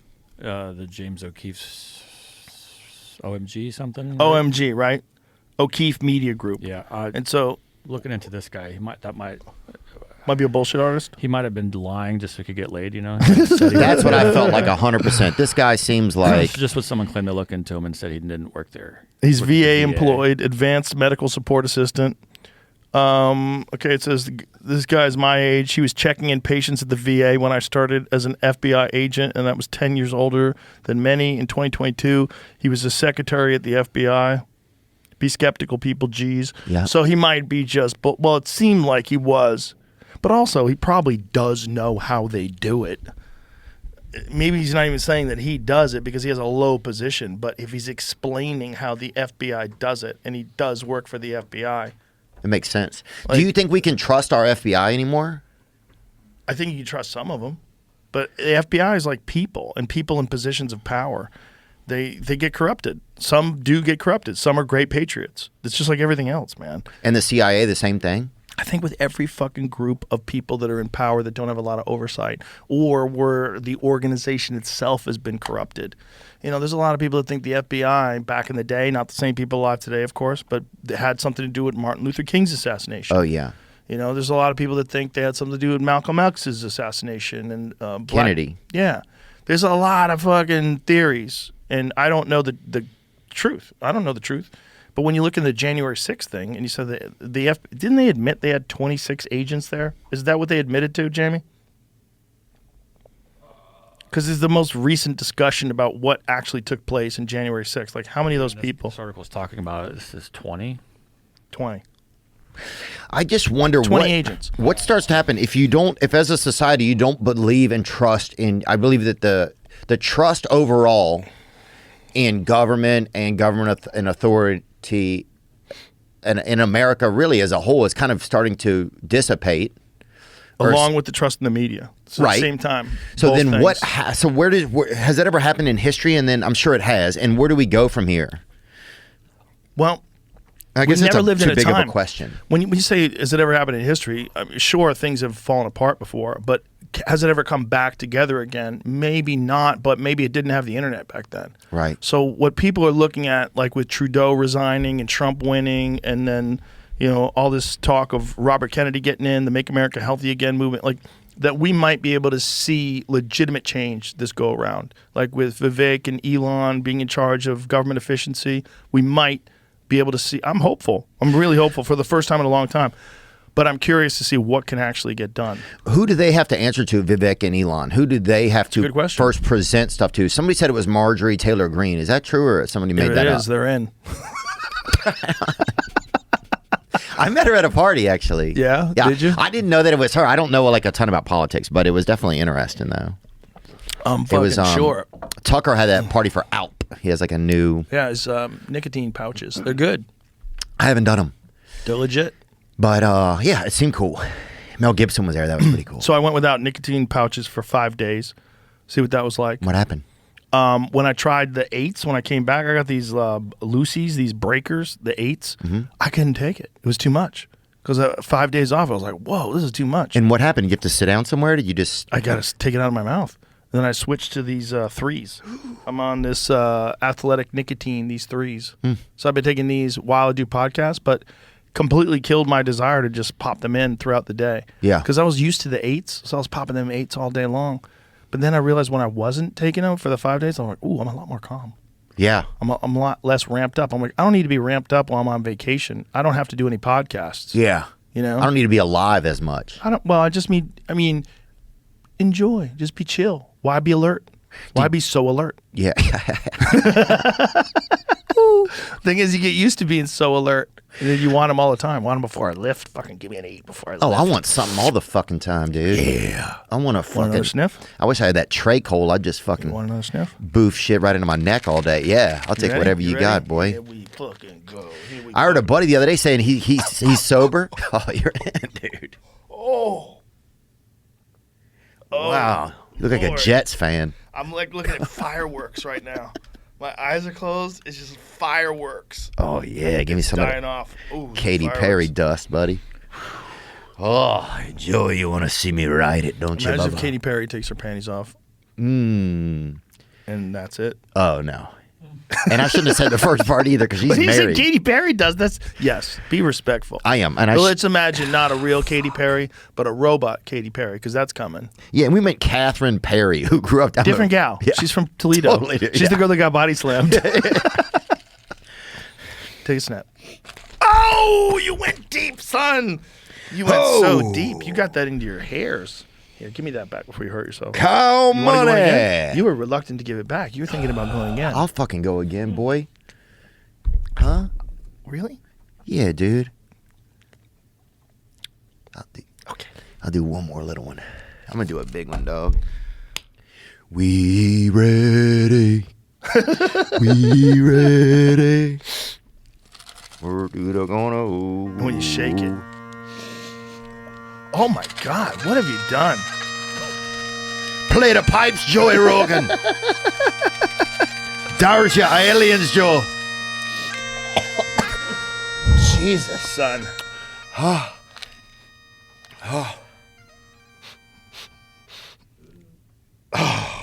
Oh, fuck. That shit'll turn you into a raccoon, baby boy.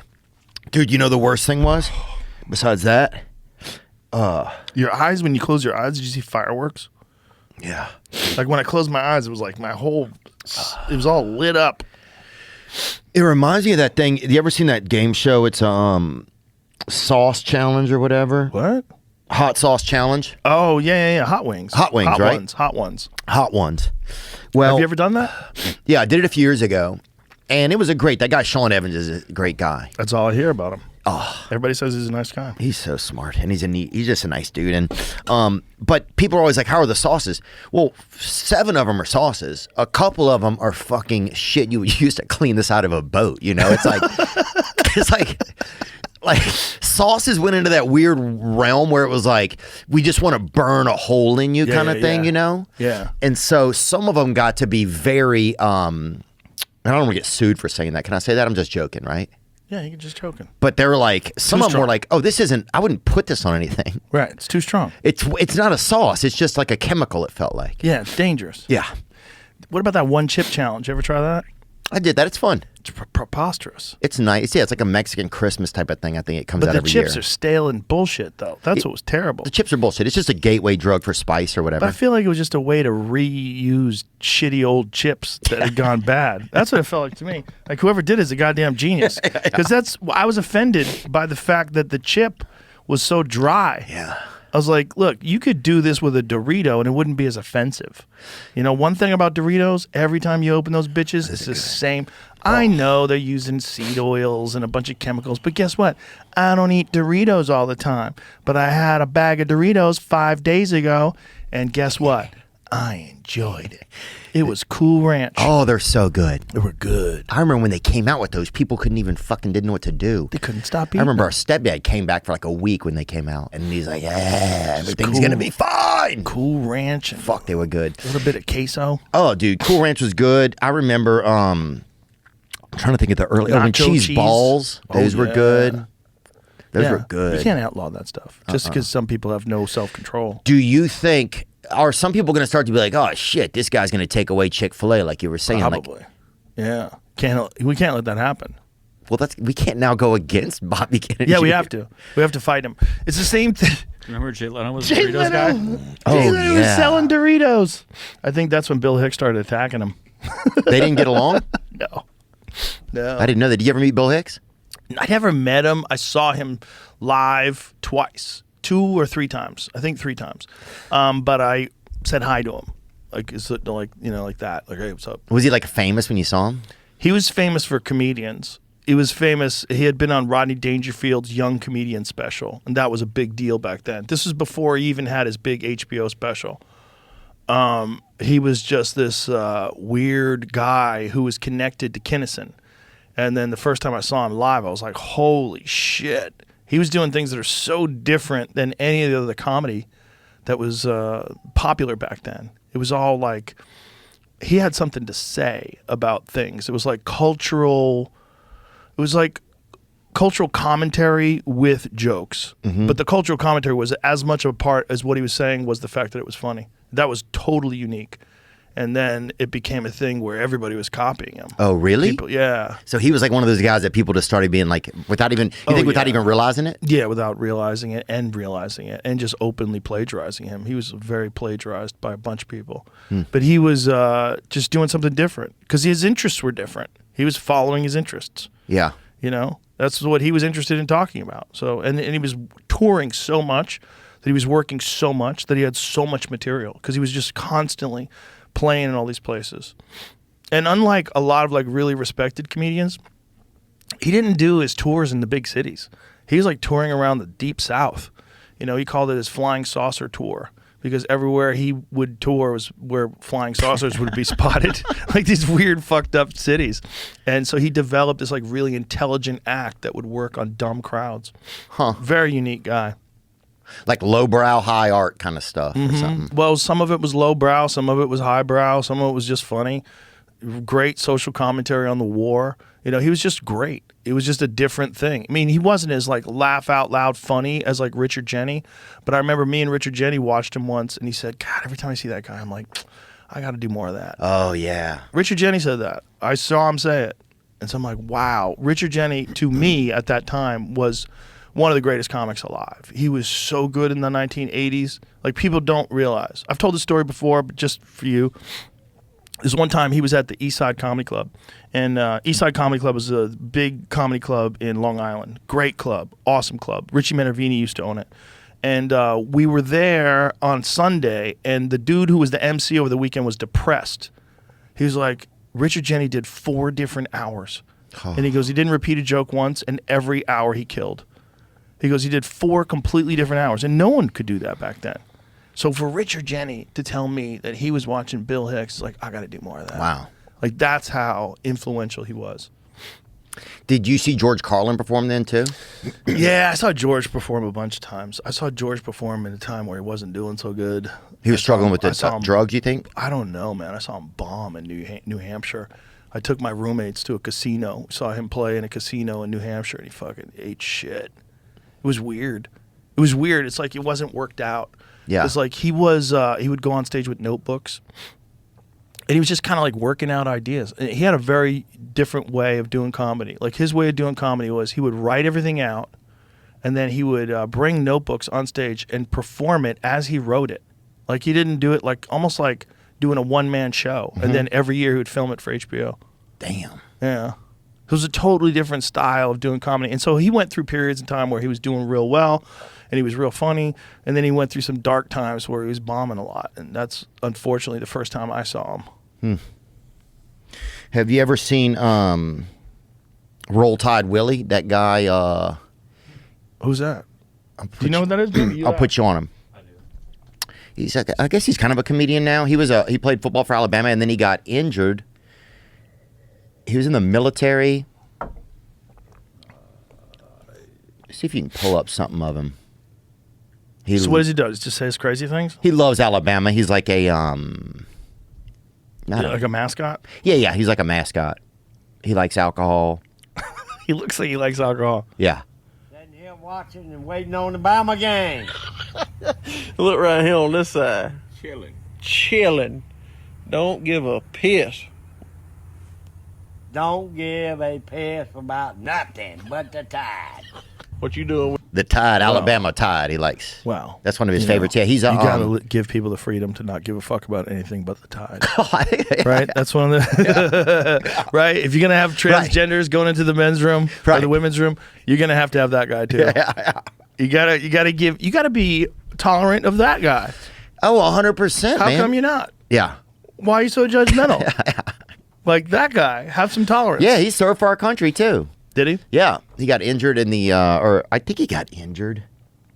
He was in the military with my friend's dad, but he, I think he played at University of Alabama, but now he's like the biggest fan. But he's kind of a mascot for Alabama. He's like they call it. He goes by Roll Tide Willie. Okay. So just so you know, why did you want to bring him up? I don't know.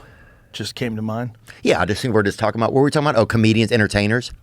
I think entertainment's getting interesting because a lot of people are getting entertainers too, just off of social media reels, right? Right. So it's like you're finding somebody you might want to watch, like a Jessica McGowan or something, or Who's that? shit, the lady from Buffy the Vampire Slayer I'm talking about, or you know, Gwyneth Paltrow, or watch like a or watch Roll Tide. You know what I'm saying? It's just so entertainment's just super interesting now. Well, it's definitely open to more things, right? Like Tim Dillon turned me on to that family in New Jersey that goes to Costco and yells out about cookies. Oh, the booms. Yeah. Yeah. That's unfortunate, right? I mean, that's crazy. We And the saw how one many kid's millions of people watch that. Like, that's way more than watch CNN. We bring the boom. Yeah, that kid. And the one kid I heard didn't even make good grades, unfortunately, which is like, well, Why he's not even in should he? school. Why should he? He's Yeah. going to make that That's a good Costco point. TikTok money. They better not ban TikTok. Imagine that family becomes homeless. Yeah. Because some heartless politicians decide to stop that Chinese spyware. How about let those morons stay on that shit? Let them steal their passwords. Let them go boom. Dude, I'm on there. You should be. But they're taking yeah, I guess I wonder sometimes, what are the Chinese actually taking that they don't already have from me? Except, I mean, they could geolocate me. Your DNA. Have They're going to it. clone you. You're going to be like Alex Jones. You're going to have a different version of you. Half my family's in recovery. You can have it, bud. You can fucking have it, dude. Do you think any of those drones are Chinese?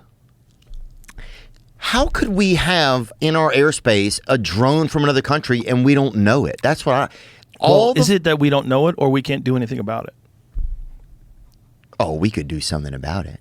Well, you have to decide to do something about it. And the Biden administration doesn't seem like they're the type that would just be shooting shit out of the sky. That's a good point. Whereas Trump, that motherfucker will shoot some shit out of the sky. They didn't tell him about some of the balloons that China had circling the country because they were worried he was going to have them shot out of the sky. No way. Yeah. They openly admitted that they didn't tell Trump about some of the balloons. Remember when they shot that balloon out of the sky? Yeah. When they shot that balloon out of the sky, we were talking about this the other day, they missed. One of those missiles missed. And went where? Who fucking knows? Oh. I'll tell you. It's like New Year's Eve in Can you San imagine? Antonio, dude. Yeah. Imagine if you're hiking. You're out there in the wilderness. Like, this is amazing. I've got my jet boil.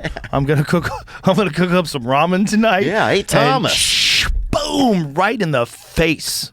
Right in the face. A missile that was meant for a Chinese balloon. And they're never going to admit to that. They'll say Never. it was, yeah. You vanished. Yeah. There's nothing to even test. You'll be on one of those 411 documentaries Bro, or something. You get hit in the face with a missile, there's nothing left. That's on you, too, There's dude. nothing left. Yeah. They don't even know you were there. You got ate by wolves. Who knows what happened to God, baby girl is gone. you? You're gone. Yeah. There's nothing. You're pink mist. They gotta scrape you off the leaves, do a DNA test. Yeah, dude. You get hit with a missile out of a fucking fighter There jet. wouldn't be enough. There'd be barely enough for a wolf to lick a little bit of you off a rock. Okay, let's imagine that Beirut bomb. Okay? That Beirut bomb. What that do we you do? saw. You see it falling. What do you do? You don't do anything. You It's gotta do right there. something. You don't do a thing. You just go, oh no, and then you vaporize. You prepare yourself for the next dimension. How long do you get? Say if it's... You don't get any time at all. Come on, It just man. happens so fast. If you're in the epicenter of one of those bombs and it just goes off, you don't have any time. It's What just boom, vaporize. The whole city's vaporized. What if you're 2,000 yards off? You might live. Who knows? You might be behind a fucking building and the building might stay up and you just get your eardrums blown out and you get the kind of concussion that you usually get from a horrible car accident. Who knows? I would imagine there's like a level where you could be far enough away where it's not death, like instant death. But where's that level? Where is it? It's not close. Close, you're dead for sure. So like, how far out do you have to be where you're deaf for the rest of your life?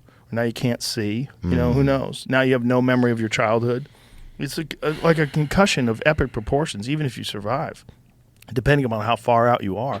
And then, you get far out enough that it doesn't affect you at all. You could see it from a distance. That's got to be crazy, too, to know that you could have just been over there and you would have been vaporized. Oh, Do you hear about the dude that survived Hiroshima and then he went to Nagasaki to work and then he survived Nagasaki? no, I survived both of them. He just survived both of them. Still alive? Still alive. Well, I think he died recently. But this dude, he went from, I think he died a while ago now that I'm thinking about it. This dude he was in Hiroshima, bomb blew up, killed, how many people? 150,000 people instantaneously. Uh-huh. He escapes, gets out, goes to Nagasaki to work. Nagasaki gets hit.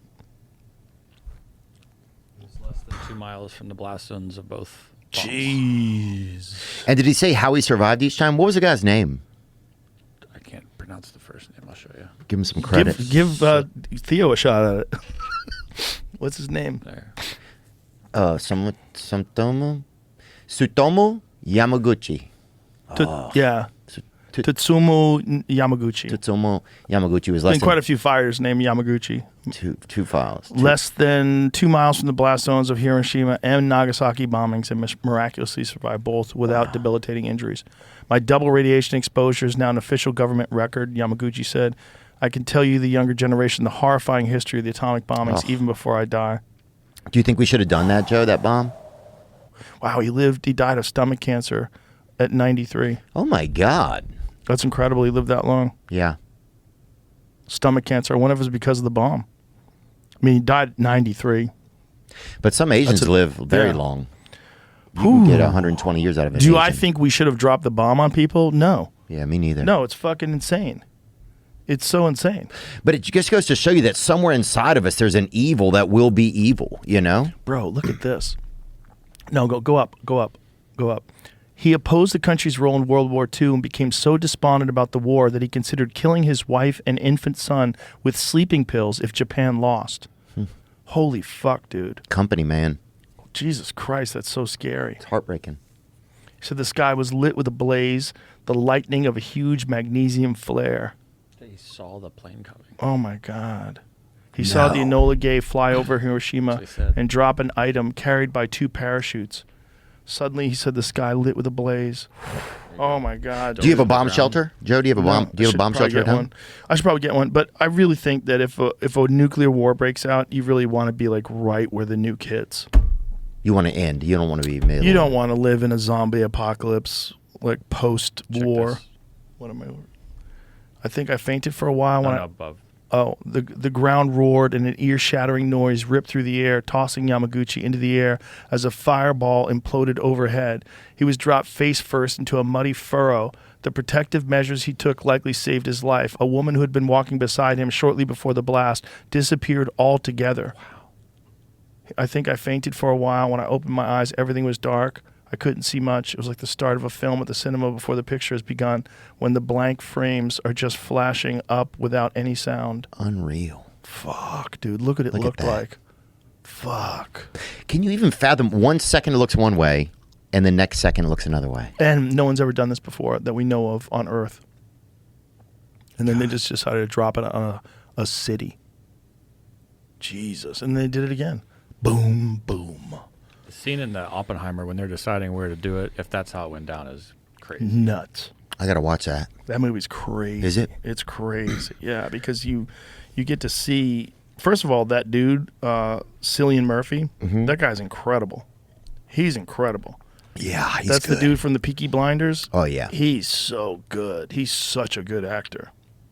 And so he like nailed this tortured genius, Oppenheimer, and this creation that he made. It'd be so scary. Something you thought was probably for a purpose in the beginning, and then you changed your mind during it. Well, also, you have to do it, because if you don't do it, if the Germans get it, they're going to kill everybody. Here's the second one happens. Still wounded and heavily bandaged, Yamaguchi returned to work on August 9, the day Nagasaki was bombed. He was providing his supervisor a detailed account of the Hiroshima bombing when the landscape outside the office suddenly lit up in a blinding light, and Yamaguchi fell to the floor as shock waves destroyed the windows. Suddenly, the same white light filled the room, he later recalled. I thought the mushroom cloud had followed me from Hiroshima. Wow. That's crazy. That's when you just got talking about it and it happens again. That's crazy. A reinforced stairwell in the office protected the conference room where Yamaguchi and his colleagues were. Jesus Christ. They just heard his story, and it says some of them took cover in a manner similar to how he described in Hiroshima. His wife was soaked in black rain and was poisoned, as their daughter later recalled. In the subsequent weeks, Yamaguchi suffered high fevers, severe hair loss, continuous vomiting, and other symptoms from radiation poisoning. Motherfucker, dude. How much would have to happen in America for things to get to a place where people are just like, every man for himself? Like, do you feel like that? Like that kind of thing. Power going out. Yeah. What keeps us together is electricity. right now, the way society is structured, we are so dependent upon electricity that without electricity, we don't have anything. We don't have any cooling. We have no ice. We have no way of processing water. Yeah. We're fucked. Without electricity, we have no transportation. We're really fucked without electricity. Electricity without oil, without any fuel at all, we're doomed. We're fucking doomed. And all we have is burning things. And do you think for the first day, people would be kind of organized, like, let's see what happens here, watching the news, and then the second day, shit would get AWOL? Like, how quick would people... As soon as people ran out of food, and that doesn't take long. That's a few days. It's a few days. And then everyone's like, well, I'm going to get a rifle, learn how to hunt. Good luck. Not at the last minute. What are you going to put an ad at the last minute? Sorry it's so late, guys. Need to learn how to hunt or whatever. But now, by the way, if everybody goes hunting, here's the dirty secret about hunting. The reason why hunting works is because everybody doesn't hunt. If everybody hunted, there'd be no more animals. They almost did that in the 1800s, man. They started doing what they call market hunting. And market hunting almost wiped out everything in this country. It almost wiped out all the elk, wiped out most of the buffalo, almost wiped out white-tailed deer. Really? Yeah, man, because people were hunting them. They could hunt as much as they wanted? As much as they wanted. There was no regulation, and they were selling the meat, and there was no refrigeration. So you have to kill them all the time. Oh. So they would hire professional hunters, and that's how they would get their meat, and they were just devastating populations of animals. I mean, you've seen the piles of buffalo bones, right? Terrifying. They killed millions of buffalo in a few years. They brought the herds down to nothing in a few years. Got that close to total extinction. And was that because people were like expanding west and they needed food? They needed food. They needed the skins. They wanted the tongues. Pickled tongues was a big delicacy on the East Coast. So they would shoot them for their tongue only, which is crazy. So you're taking one of the biggest animals that lives in North America and you're slaughtering it just for the smallest organ, or the smallest thing, their tongue. Yeah. So people did that already. And if there's no power, there's not enough food. There's just not. Yeah. We don't have enough wild game for 330 million people for a year. Forget about forever. We don't, huh? We don't. We definitely don't. We definitely 100% don't. And the only reason why you can have these giant populations of people like Los Angeles, the only way you can have that is farmers. Right. You have to have farmers. You have to have people that are fucking fully dedicated 24 hours a day to growing animals and food all the time to supply those people. Amen. So if you looked at the amount of farmers versus the amount of people that they feed, it's crazy. Oh, it's a great point how exponential it probably is, huh? Crazy. So if all that's gone, then all those people have no food. And then where are they getting it? Are they going to be willing to, like, how are they going to learn how to herd cattle? And the farmers are going to be sitting there licking their chops. Well, they're going to be killed, most likely. Oh, people are going to try to get them for their food. Yeah. But the farmers will be ready. For a while. You know, how long can you hold off millions of people with guns? The United States has more guns than most of the world. We have 40% of the firearms on Earth. Fuck yeah. We can. Then they can do it for a while, I guess. See if that statistic is true. I believe it is. I think the American people have an exponential number in comparison to every other country. We have so much more weapons than any other country, and I think we have more guns than the entire Chinese army by a large amount. No way, really? Yeah, by a large amount. Just the American population has more guns. It's so embedded in our culture because I'll meet people sometimes and they're like, you guys have all these guns. It's like, there's no way to not have guns here.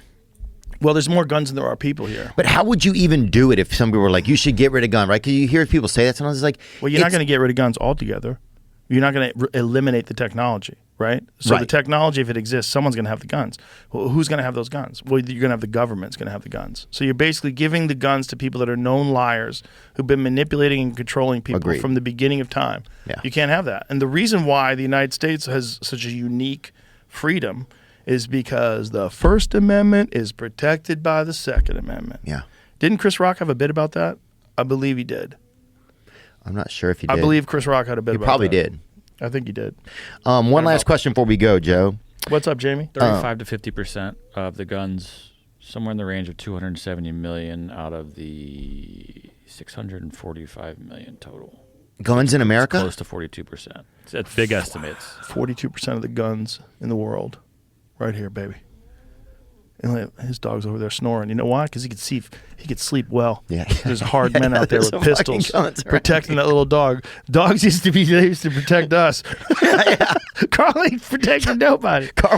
Carl bites me full blast every day. Really? He Sure. loves that. He loves to meet a man with his face. He doesn't hurt you. He doesn't. No, he's adorable. Yeah. But you know what I'm saying? Like, we need to protect Carl. He Yeah. can't protect us. That's how soft people have gotten. We got to. Listen to him over there snoring. You hear him? Yeah. He sounds like Lee Syatt a little. When Lee gets too many edibles, they're back. The Church of What's Happening Now is back. Just saw the first episode. Isn't that 2 weeks amazing? ago. It's so cool. I was telling Joey for a while. I orchestrated getting the two of them together at the mothership. I'm like, I got to get you guys together. I was putting it in his ear. I'm like, Joey, you guys got to bring the band back. He goes, we're gonna. Joey and Lee in California, when they had that show, it was in this weird little office building. So bizarre. You'd park out there. You'd be lucky to find a spot. It had a really 80s vibe out there. They had like one kind of neon kind of light that was kind of like, they'd have their door for their office like open a little bit. And it didn't seem like it was an office. It seemed like it was a place where they shot like kind of quick porn over. Did you ever see the one episode where they had an office building at one point in time with a bunch of other people that had office buildings? And Joey was too loud and they were yelling at him to be quiet. He's like, shut the fuck up. No. It was amazing. We used to share all the nail salon for a while. Really? Yeah, and they'd always be chattering in there and yelling about stuff. It was fun. Oh, that's okay. Some of that was fun, dude. I remember we used to share a wall with Fighter and the Kid for a while, and that was much fun. We'd bang on the wall at each other. You guys had there was a bunch of podcasts that were being done in like a couple areas like that in California, where they had little podcast studio places where like several sets would be. It was so much fun. But those guys, they'd always ran into some money problem. There was always like some producer that was taking too much money, and they wanted control of the show. And I ran into so many dudes that had podcast deals that went south. And it was, again, the same kind of thing, power and corruption. Yeah. There was so many guys who had podcast deals, and then the people that they did this, that had this network, wound up owning their podcast and selling their podcast. And they were like, what the fuck? They just got robbed. Yeah, we got robbed. I mean, we got stolen from. You got literally robbed. Yeah, but we didn't, we still had ownership, you know? Yeah, but they stole your ad revenue, right? Yeah, for a year. Yeah, man, there was a lot of dirty business in the podcast world. It was dark. Well, it's the Wild West, right? It was a completely new thing. And all of a sudden, when the money spigot opened, it just opened. Like, woo! Like, I made no money for like 5 years. I just did it for funsies. And then all of a sudden, the spigot just opened. Yeah, your spigot. Yeah, really. You have the most open spigot. Right now, I have the most open spigot. And congratulations. You should. Yeah, thank you. You work harder than any podcaster by far, man. And you're so great at it, man. Well, you got to keep your foot on the gas, son. That's the thing about podcasts or anything else. When you've got, if you like, you're essentially, you're running a business, right? Well, Yeah. what is the business? The business is interesting content. All right. How much are you actually interested in interesting content? Because if you're not, it's not going to work. So you got to be fully interested, which I am. That's where I'm lucky. I'm lucky that I'm interested in all these things. Oh, I'd be yeah. paying attention to this shit. Even if I wasn't talking about it, I'd be watching podcasts on this kind of shit because I'm interested. I'm interested in ancient civilizations. I'm interested in cultures. Oh, yeah. Well, we learn a lot of stuff by listening to you learn it, man. So it's cool, you know? I have one question. I know one time we were talking about if you ever retired, right? Yeah. And you said maybe you would start painting maybe if you ever retired. Did I say that? I was probably high. You could have been. Okay. Even if you were. I was probably taking some of that Delta 8. What's it called? The stuff they have out here? Delta 8. It's legal. It's a legal loophole. Legal weed. Yeah, I'm all fucked up on Delta 8, son. You had a Delta 8? You had a... Oh, there's a bunch of Delta 8 out here. But are you still using it? It's legit. Oh, yeah, sure it is. And it is. It's at a gas station. Like boner pills. They work. Talk to Red Band. One of those makes your nose bleed really bad. Red Band stuff. Those aggressive rhinos, whatever those ones are. Yeah, they bro. make your fucking nose bleed. Oh. Red Band's a connoisseur. He'll tell you what the good ones are. Oh, I went down the road. I used to get them from India. I used to get all that shit. India. Yeah. Jeez. But what would you paint, dude? That's what I was thinking. I was thinking lying. about you painting. I was lying. You were? Yeah, I had to be. I'm not interested in painting. Come on, man. No, man. If I was gonna retire, I want a you know damn what I would do? lithograph, dude. You know, if I was gonna retire, I would just bow hunt and play pool. That's what I would do. Yeah. If I said I don't want to do anything for money from now on, I would bow hunt and play pool. I try to play pool for money, but I'll never win any money. I can never beat the best guys. If you think you could have devoted as much time, because that's one thing you start to learn about life. It's like, oh, I only have so much time, right? If you could have devoted as much time, do you think you could have been really good at it? Because I know you really loved it. If pool was a legitimate sport when I was in my 20s, 100% I would have become a professional pool player. 100%. Yeah. I wanted to play pool all the time because it was a population of misfits. That's what it was. It wasn't just the game itself. It was the misfits. I always felt like a misfit. When I was a kid, I felt like a misfit. Moved around a lot. My parents broke up when I was young. It's like I never felt like I fit in anywhere until I started hanging around the pool hall. I was like, oh, these guys are just like me. They're all people that they're just too ADD to ever keep a real job. Yeah. They're just nutty people. And they all had like different things that they did for money, but what they were really obsessed with was that game. Was playing pool and going to pool halls. Because you'd go to pool halls and it was a bunch of guys like you. Just a bunch of weirdos who just wanted to laugh and have fun and play this game. Yeah. Yeah. Maybe that would be nice then, painting. The problem with painting is, I love art. If I was called to paint, like if it felt like something, maybe I would get into doing it. But that's not what I'm interested in right now, Yeah. Maybe I would be, but I don't think so. I think if I retire, I'm just gonna pursue interests. I'm just gonna like learn languages and shit. Just do something different. Yeah. I don't think when I stop doing this, I'm ever gonna do anything else publicly. I won't want to anymore. I'll get to a point where I think a lot of people get to, where they're just like, I want off this ride. Do you ever wear a disguise when you go places? Like if you every travel? day, I'm wearing a disguise right now. I got like tall Biden. Remember when they had the fake Biden? Was that real though? Was that a tall guy? I was a tall guy. Get fucked. A tall guy pretended to be Biden. 100% wasn't Biden. The CIA has had like super sophisticated outfits. Look, have you seen Adam Ray when he dresses up like Dr. Phil? Yeah, sometimes you forget. Pretty fucking good. We did the I saw that HEB. Biden he did. So Biden. good. Bro, I mean, and this is like easy 2 hours of makeup. They're not even trying to make him look real, and he looks real. Yeah. It's crazy. This is him like 20 minutes in his car yeah. All you need is a dude with similar face structure to Biden, and you can make him Biden. 100%. And I think they definitely did that. Fuck. I think there was Who's a point in time doing where he that? was America? America. We're protecting you, Theo Vaughn.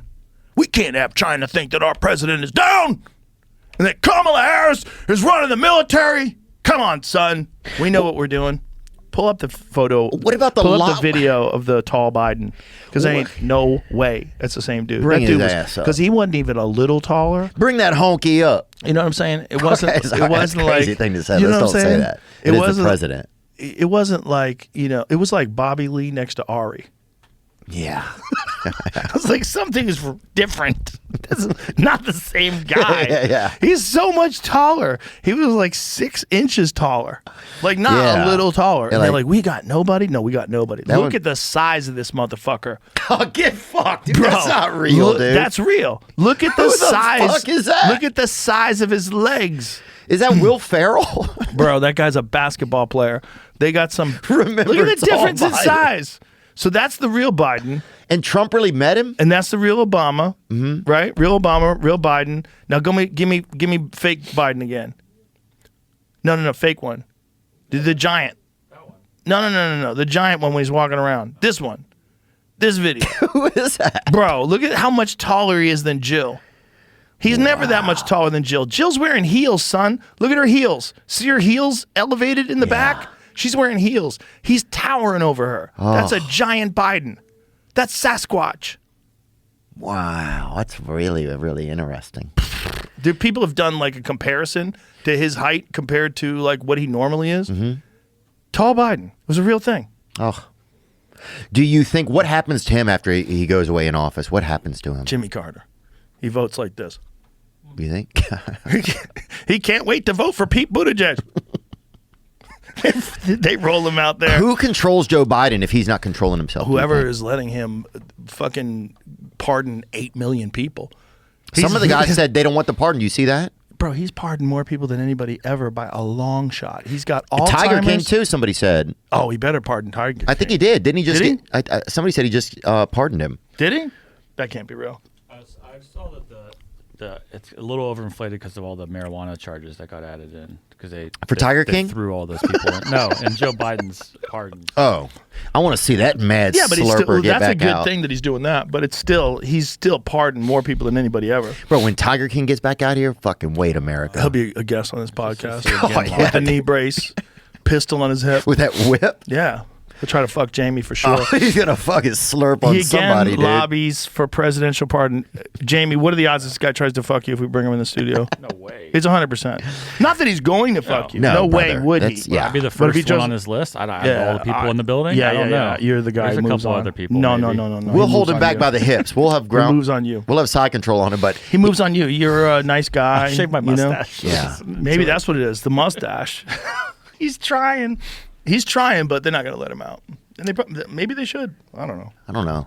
I wonder if he got out of this, wonder what kind of job he would get into. They're not going to let him work offshore or whatever. Stuffed animals. You think? Sell his own stuffed animals. Yeah. Open his own Build-A-Bear. Build-A-Tiger. You know? He's just in there helping you stuff it. Yeah, you stuff it, and then the little recording thing, when you have the little thing in there where you press the button and it gives a little recording. When my kids, I used to have one for one of my daughters where she'd squeeze it, it said, "Daddy loves you." Oh, that's It was sweet. adorable. That's what he's going to do. He's going to do that for people. Same thing. I want to suck your cock. Daddy loves you.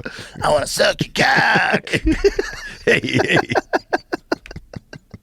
Hey, what you doing with all that cock? I think this got to be his Take account. me to the river. I'm looking around just Twitter, and he tweeted that yesterday. No, he didn't. Look at that. Please repost, comment, and tag anyone if you can show support right now more than ever. Why Yeah. am I in the back? Is that really true? That's a real photo. You don't forget it happened? Fuck You don't remember that podcast? That was right after you did Bernie Sanders. That guy came in. What is it like for you? Can I ask you this?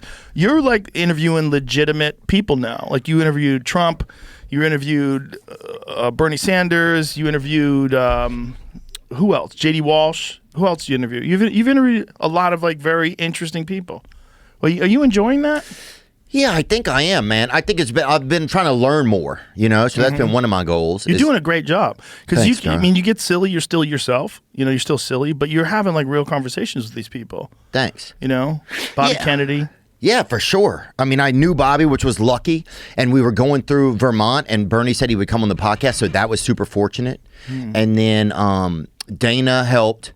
You know, I wanted to talk to Trump because his brother had died of alcoholism, and it was like a world that I had like spent a lot of my life like, you know, in and dealing with, and so I wanted to like just see what like if he was normal about something like that, I guess. So yeah, but I think it's been interesting. I think it felt like a lot of responsibility. I started to have some ego issues. I think I was just trying to be like, you know, just know what you're doing, man. Like, you don't have some big responsibility. I think I had this ego trap where it maybe felt I just had to kind of manage some stuff for a little bit. But I've been feeling better now. I think Like what was the trap?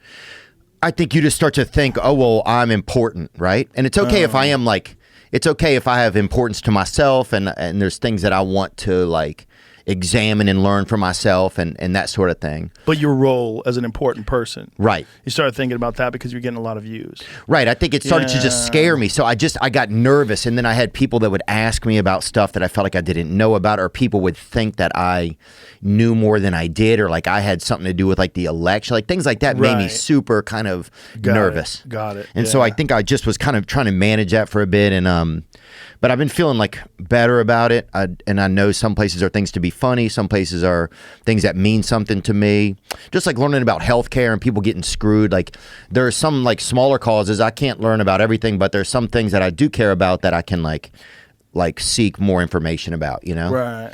And then to just try to get more interested in things, like just be, you know, want to open myself up to learn about more things, you know? So That's the key. Is like knowing when to just listen, when to try to be funny, just fuck around, learn how to be yourself. Yeah. You know, the more you do them, the more relaxed you get when you do them.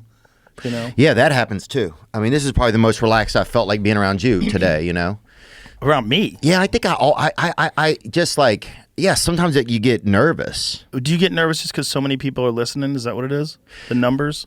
Yeah, I think at first. And then I think, yeah, I mean, I look up to you, I think. And so you know, and you're the champ, you're the best. And so it's like, I don't know if it's a nerve. I don't know what it is, but sometimes I feel something, you know? Well, thank you, but you don't need to. You don't need to feel that. Like, you and I have been friends for a long fucking time. You could be yourself. Yeah, you remind me of that, and I appreciate it. Yeah. You know, because it does help. I think it's just like an old thing of like, it's like an old energy thing that doesn't make any sense anymore. You know? Yeah. But sometimes like that template is still there a little bit. Right. Well, that's a Hollywood template, right? Like the people that are more established and bigger. It's like, oh, there's Johnny Carson. Yeah. You know, there's that, you know, gets. Oh, yeah. Yeah. Yeah, and you always, anytime I think that way, you always bring it back down to a super normal place, so thank you. But it should be super normal. That's really the appeal of all this that we do, is that it is super normal, is that a guy like you can have no pretense and just ask Bernie Sanders questions. Like, why the fuck are they getting away with this? Like, why is it structured this way? Why are these corporations stealing all this money and fucking everybody out, all these, you know, why is this happening? Yeah. And those are... if you can have those real conversations, this is the only place where they exist. You're never going to get these kind of conversations on a late night talk show. You're not going to get them. They don't have these kind of. It's not possible. You can't go into depth about things. There's no way you can go for hours and hours just talking to people. You can't do it. Yeah. Yeah, man. And I think it's interesting. It's like, you know, there's still things that I want to do in my life personally, and there's like talking with people has helped me a ton. You know, like even just confidence from being like, you know, from getting to talk with different UFC fighters and things over the years. Like there's a lot of like people that I've gotten to speak to or people I've heard on your shows and other shows that inspire me like in little moments of my life, you know, like it's important, you know? Yeah. So I don't know. I definitely, I mean, I feel like, you know, I just want to, you know, try my best, keep learning, I don't know, and just have a good time too. Well, you seem like you're having a good time. Yeah. And you're doing a great job. You really are. And you're getting really good at it. Like, the more you do it, the better you get at it. You can really tell. There's a lot of good people podcasting now. It's an awesome time. You and Tim Dillon, dude, that episode, the last one you guys did? He's the best. He's the absolute best at the rant. There's nobody else. No champ like him. He's the number one. He's the Michael Jordan of the rant. Yeah. Even seeing Shane for literally, my mom texted me last night. She's like, that Shane Gillis, he just makes some of the best faces. Right away. And so even earlier, we go back to, you're like, I got Shane Gillis back here. I thought it was like a new beverage or something you had made. And so I go back and there's a sauna back there by your gym. You never saw the gym before. I can't believe you never saw the gym. Gym's like, pretty dope, right? Yeah, the gym's great, but I didn't think you had a Shane Gillis on tap. So we fucking go in there, and there's a meat closet where you're drying aged beef. I actually do have one of those. Yeah, of course. And there's a fucking full body strap of Shane Gillis hanging in that bitch, and he just puts his head up near the glass, and that moment alone, like, oh, that was the best. Doesn't it make you want to move here? Yeah, it definitely helps, man. I'm starting to look because I'm not having. I got to get a family soon too, dude. Get yourself a nice Texas girl. I know. I am. Come on, bro. I am. I'm motivated. Ladies, let's put that energy out there. Get Theo a nice Texas girl. I know they're out here. There's a ton of them out here. This is the greatest place in the world to be a single guy like you. Is it? Yeah. It seems very diverse here too. And people are friendly. Yeah. They're genuinely friendly, and they're not friendly because they want something from you, like L.A. They're not friendly because you're famous and friendly because they want to get famous too. They're just friendly. Oh, yeah, they're just fun. Nice people living their life. They're fun, boy. Theo Vaughn, I love you to death. I love you too, much. man. Thanks for everything. This is the end of part 2. There it is. That's both of them. Jamie, thanks so much, dude. Nice to meet your dog for the second time. Powerful Carl. Look at him over there. Powerful. Is he awake yet? He's waiting. He wakes up when? He wakes up right around now. He's like, probably about time for me to get up, start terrorizing people again. Like China. All right. Bye, everybody. Peace. Now I'm just floating on the breeze, and I feel I'm falling like these leaves. I must be cornerstone. Oh.